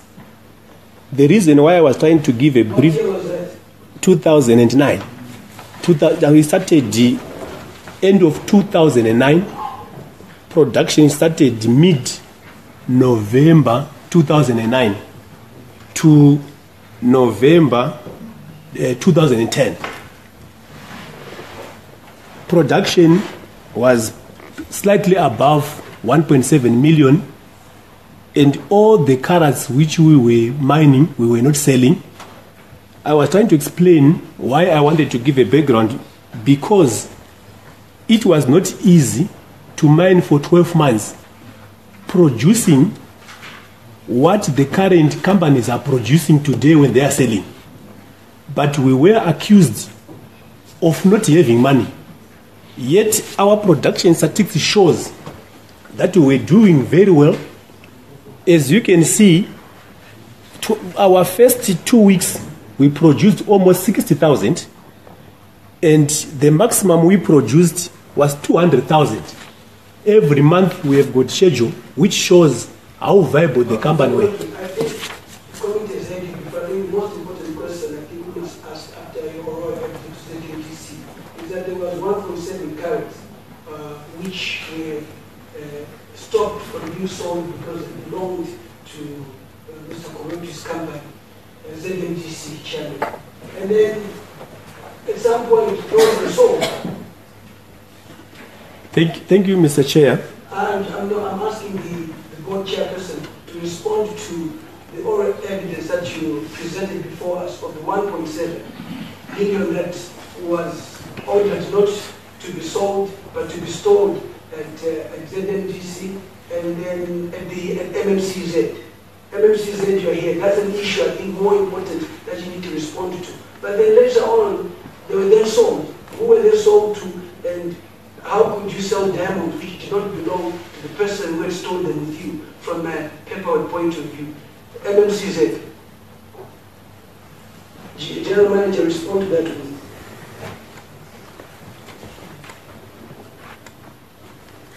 Thank you, Chair.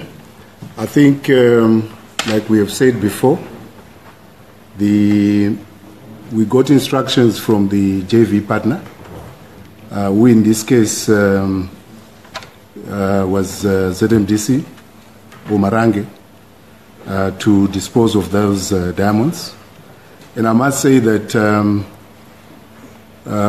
when I had initiated that process, I actually left the corporation before the diamonds were sold for 4.5 years.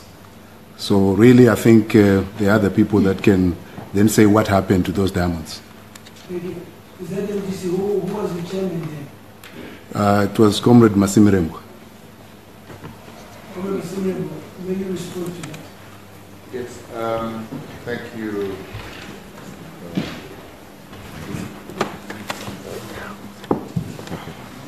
Thank you, Honorable Chairman. The Diamonds, the agreement was cancelled with coal mining. It was cancelled, and I think coal mining has been to court. And the difficult simply is that the coal mining in South Africa, the investor was liquidated. And this is why their court battles against ZMDC have hit a brick wall. Mr. Masuma, I understand. The question is that you cancelled it, but they had kept diamonds with you. Why did you sell those diamonds? But Honorable Chair, it was not their diamonds.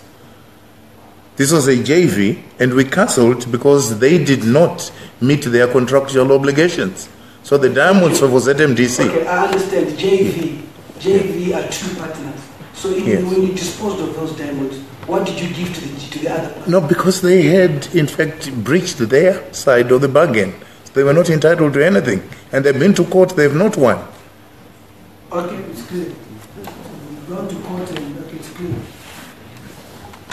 I'm told you've gone to court and the court has ruled. It's unfortunate that he is not telling the truth. We went to court, that litigation took us almost 6 years. They lost the case. After losing the case, that's when we started asking for the whereabouts of the diamonds. If he said we lost the case, which case is he referring to? Because I've got only one case, the litigation, which he was. I've got on the news and report. Are you seized with this matter? You don't know about it, you're not seized with this because it's institutional.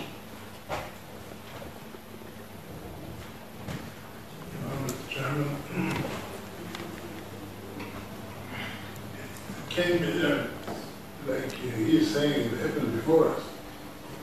So finally, they go back to, they can go to the successor of the company that took over the corporation. I think what I'm trying to get to, Chairman, is it's proper. It's an institution. There's a court order against ZMDC. I know you're not chairman, you're not there, because it still compels you as an entity to comply with the court order. What have you done in complying with the court order? Whatever happened before, unfortunately, you now have to deal with it as the new board chair. What have you done in complying with that court order? Sorry, Mr. Chairman, my apologies. I would like to defer the answer to the corporate secretary of ZMDC who is here. Okay, quickly, legal secretary, take off.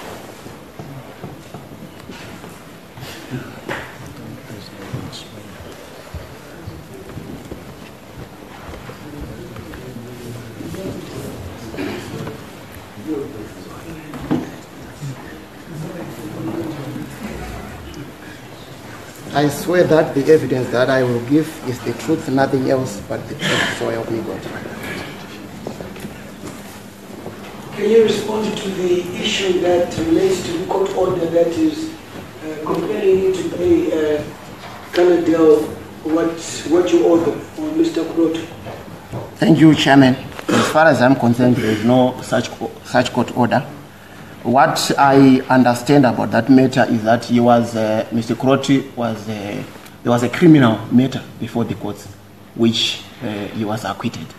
But as to the civil action in relation to the return of the diamonds or whatever claim he is claiming, there is nothing to that effect. And actually, for clarity, there is a matter which he filed, a civil matter, before the High Court.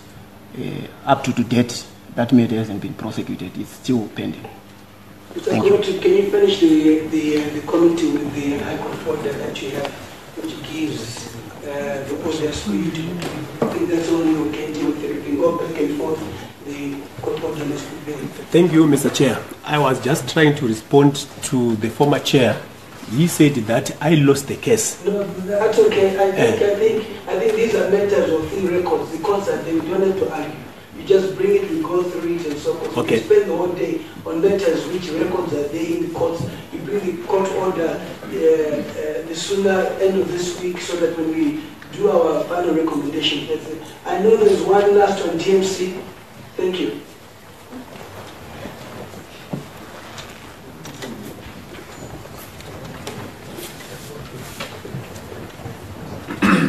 Thank you, Mr. Chair.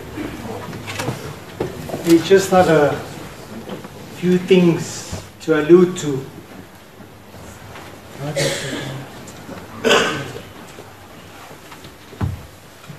Basically, with regards to the special grants that I've heard about, and the issue of dividends, and the issues of security. Our understanding when we signed the joint venture agreement was that the special grant holder was ZMDC, and part of their contribution and obligation was to make sure that all that was necessary was done to keep these special grants in good order for the duration of the joint venture agreement. Now, what happened later and how this was dealt with, we will leave it for another time, because now the time has already gone by. However, with regards to dividends, I was really shocked to hear that companies did not pay dividends while we submitted audited financial statements yearly, and that clearly showed that we did contribute to the fiscus and we did pay dividends to the shareholders. I also would like to allude to the issue of security that was given as an excuse for the cancellation, or for reasons for the ministry to say that they did not believe we have, as companies, adequate security measures. I truly don't understand how that can be if all these companies, including DMC, were KP certified. This means there must have been compliance somewhere with regards to security. I would also like to allude to the way the matter was handled when the consolidation program and the orders were issued by the Ministry of Mines. They spoke about 90 days. We were not even given 90 seconds. Right after we received the letter at the ministry, all of us, we started receiving phone calls about police, about harassment, about intimidation. We even have a filed police report. We even have letters that were written to the ministry, to ZMDC as our partners, to look into these matters and to bring an end to this. So also, I'm happy that at least the Commissioner General admitted that police were deployed. Now, what happened on the ground, like I said, we have letters we'll submit to the committee for them to see that we had it on record. Even our lawyers had written to the ministry asking for these measures and for these actions to be stopped. As a company, DMC, we never took government or the Ministry of Mines to the ports. We settled amicably and we sold our 50% share to ZMDC, and ZMDC transferred operations to now ZCDC. But unfortunately, up to date, we have not been paid for the sale of our shares. We're still owed money. And it's been 2 years now, we've been following this and asking for us to be paid. And when we hear about these fantastic projections, then I believe that we should at least get paid what we owed. So I ask through the committee to please look into this matter and hopefully bring closure for us. We are investors. We are still in Zimbabwe. We never left Zimbabwe. We believe there's potential in Zimbabwe. But we also believe that we did our part, and now it's up to the government to allow us and to welcome us as investors that believed in Zimbabwe and invested in Zimbabwe when things were tough. We fought sanctions. You know, our monies were confiscated because of our JV partnership with ZMDC. But we never left. We continued, we invested, we made our contributions. And now I think we are still in Zimbabwe, willing to invest and look towards a better future for Zimbabwe and its people. So I hope that we'll be given that opportunity to redo it again. And I hope that we'll be paid what we are owed. And we continue into the future together. I thank you, sir. I wanted to find out from you, the JV was for how much? What is due to? Well, the JV agreement that we signed was for 19.5 million, the buyout, of which 8.6 was a shareholder loan, and the balance was for the sale of the shares. So currently we're owed approximately 14.5 million if you include the interest, which is at 5% per annum. Mr. Mpofu, is there something that you want to say? I actually had the last point he corrected, because information was going to be like, they have not been paid. That's what he said. They were paid 6.6 million, and the balance of 14 million is outstanding. ZCDC, including interest. ZCDC is a guarantor to this transaction between DMC and ZMDC. We offered to pay them 10 million US dollars as purchase of the shares, which 10 million had been authorized by the Minister of Finance from the 80 million facility. And we offered it to them. They refused it because it was not foreign currency. So the amount that we offered was not taken. And the responsibility for them to remit the foreign currency is not ZCDC or ZMDC. It's the Reserve Bank and them. Okay, I think we must. What is sorry, I just wanted to validate what Ramsey is saying. I think what these agreements are generic, but on one of the clauses, close to 1.2, I think you'll see it in our JV agreement. It clearly stipulates the obligations of ZMDC. So it was not an understanding, but it clearly captures that it was the role of ZMDC to make sure the special grant was persistent for the duration of the mining. It is clearly stipulated in clause 212.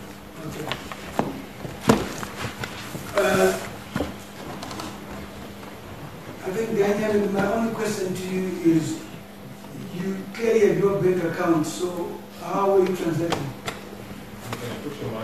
You had no bank account, Daniel, so how are you transacting? So, Chairman, I think in our representations you'll find that there were bank statements on the paperwork that we have sent to you. There's no way a bank will be able to give you a facility if you don't have a bank account. I think even EcoCash will not be able to sustain you. So. Maybe when you're in the company, whatever, when you're out of the company, was there a bank account, or the account remained and the inventories were changed? The company secretary alluded to the point that there was no bank account. There were bank accounts, Chairman. EcoBank was our main account, and I think many of these officers were paid through those bank accounts. I'm quite sure they wouldn't want us to really send schedules of. Can you confirm, was there a bank account? Thank you, Chair. In fact, it was not a company bank account. It was their own bank account, like First Capital Plus, but not the Chinyame. That is why a resolution was made by a board to make sure that a new bank account be open where all transactions will be held. I think the company secretary can further clarify that, because he is the holder of all the documents.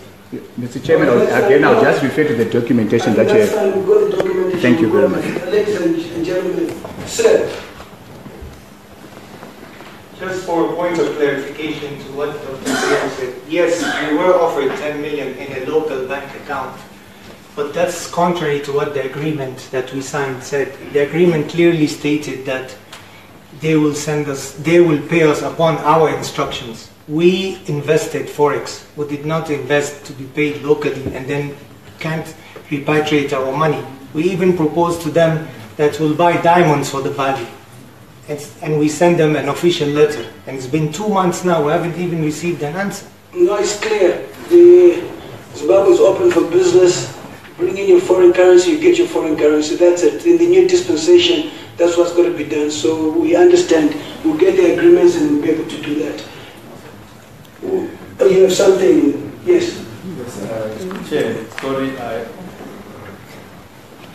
I only jumped in on a running bus when I joined answering the minister and the PEMSEC, but I want to clarify the position of Rera Diamonds.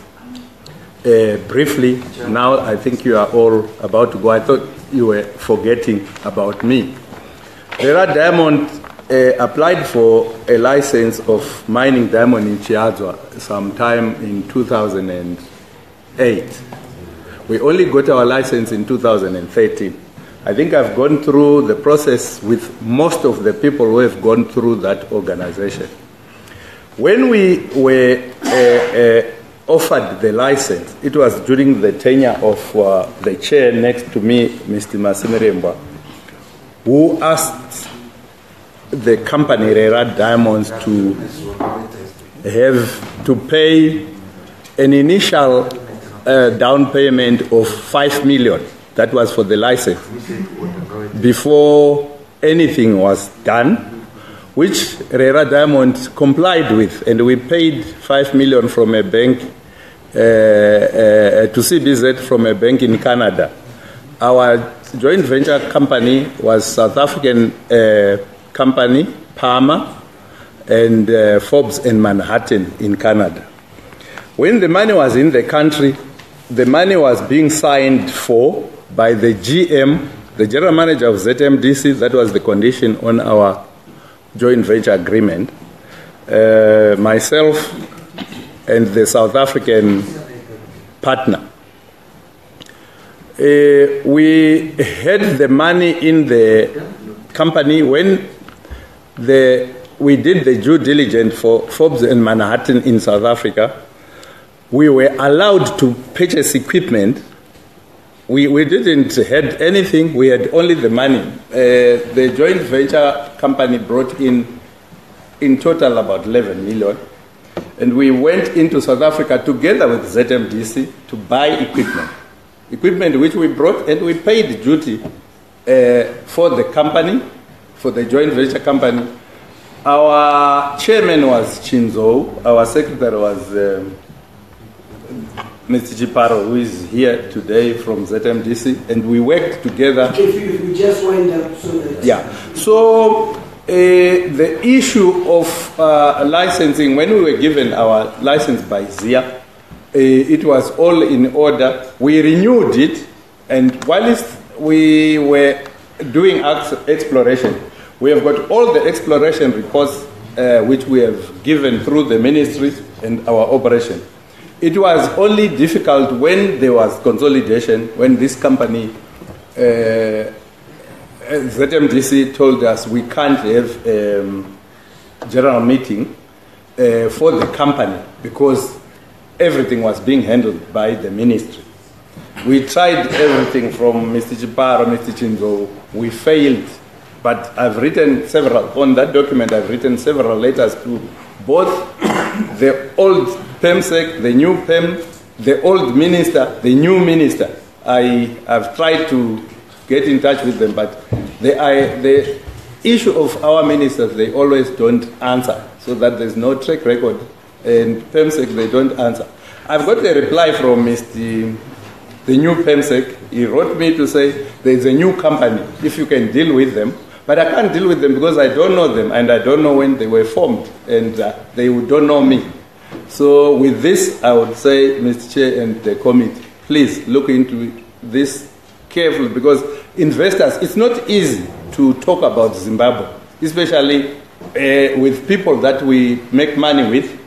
It was very difficult, especially during the old dispensation, to say, I want money to come into Zimbabwe. But we managed to bring money, and those people have lost their money. And my name has been tarnished. I can't do other projects because the money is still sitting in Zimbabwe, and nobody wants to talk to those people. Forbes Manhattan is a very big company in Canada and in America. I think our old chairman could help these people. ZMDC was not going to get the Kimberley process license if I was not to intervene. I intervened with the chairman, the former MD. If the minister, it's unfortunate, our minister, Mr. Mpofu, I wanted him to be here because I worked with him together with our Chair, Mr. Masemeremba, to make Marange a mining organ. Together, I'm happy to see Mr. Mabudu here. You talk of Mabudu, he's a very good guy. ZMDC to get Mr. Mabudu is through me, because it's me who brought Mabudu into this country. And he worked for Mr. Masemeremba asked me to say this. When I did my presentation, they said we will ask to work with this guy, and they got him. And I was happy, and I said Mabudu helped me a lot to do my work, and he was helping the ZMDC. And I know you will not get a man like Mabudu in diamond mining. I think the good thing about your paperwork, I think it's clear. You gave us this, and I thought with this it was enough evidence to see exactly that your permit is still valid, that you're off, and the letter as well that you've written. I think that's good enough evidence for us to come up with a lot of recommendations. Ladies and gentlemen, it's been a long day. It's been a long day. I want to thank everyone. JT said the reason why we didn't get you to speak, I think everyone thinks that you confirmed you came before us, and I think the issue was where the police there, I think your issue had been dealt with, so we didn't hear from you. Marange Trust, we have information on you, we met you, there's evidence that you can give us. Please submit to the committee so that we can put this together. I think we've touched on most of the issues. Minerals and border control unit on Friday, would like you to come so that we have enough time with you, because that needs a lot of time. We cannot be rushing on that. It's not only for diamond, but for the entire minerals in the country, which are under our committee on mines and energy. Engine, I think you are with the army, is that? That is the army concession, is that? We said engine, we will wait for the PS to come. All the other PSs were here, they were involved and so forth, so we cannot deal with you differently from others. I think we're very clear. On Friday, you're coming with the Vice President of also in charge of national security is here, and I think we can deal with those issues in a much better environment. So that's the reason why we felt we couldn't.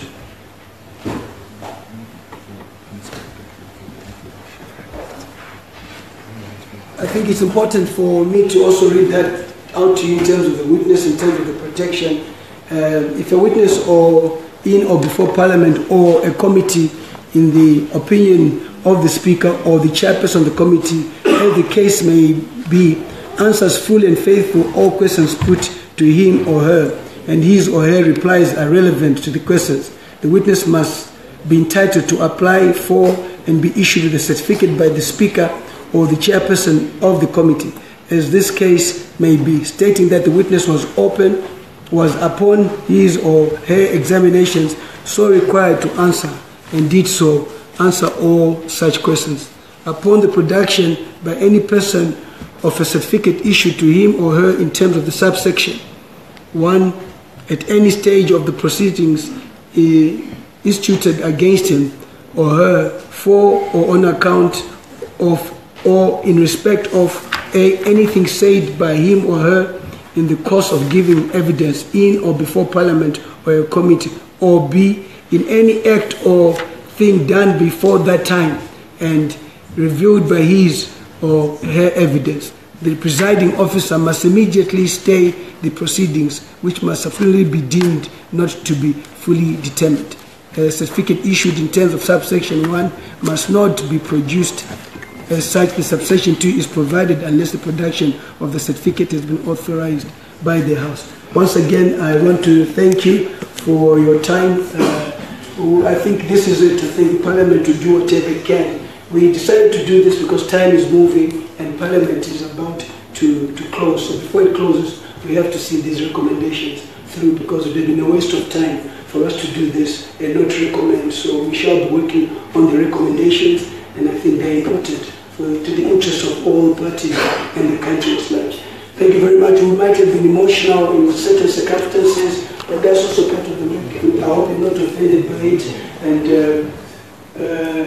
I still remain a brother to DC Jima, so I think after this I'll have a drink with him. I also go Kokoba one Mutasa, I hope you are leaving Mr. Thank you very much. You are all excused. Thank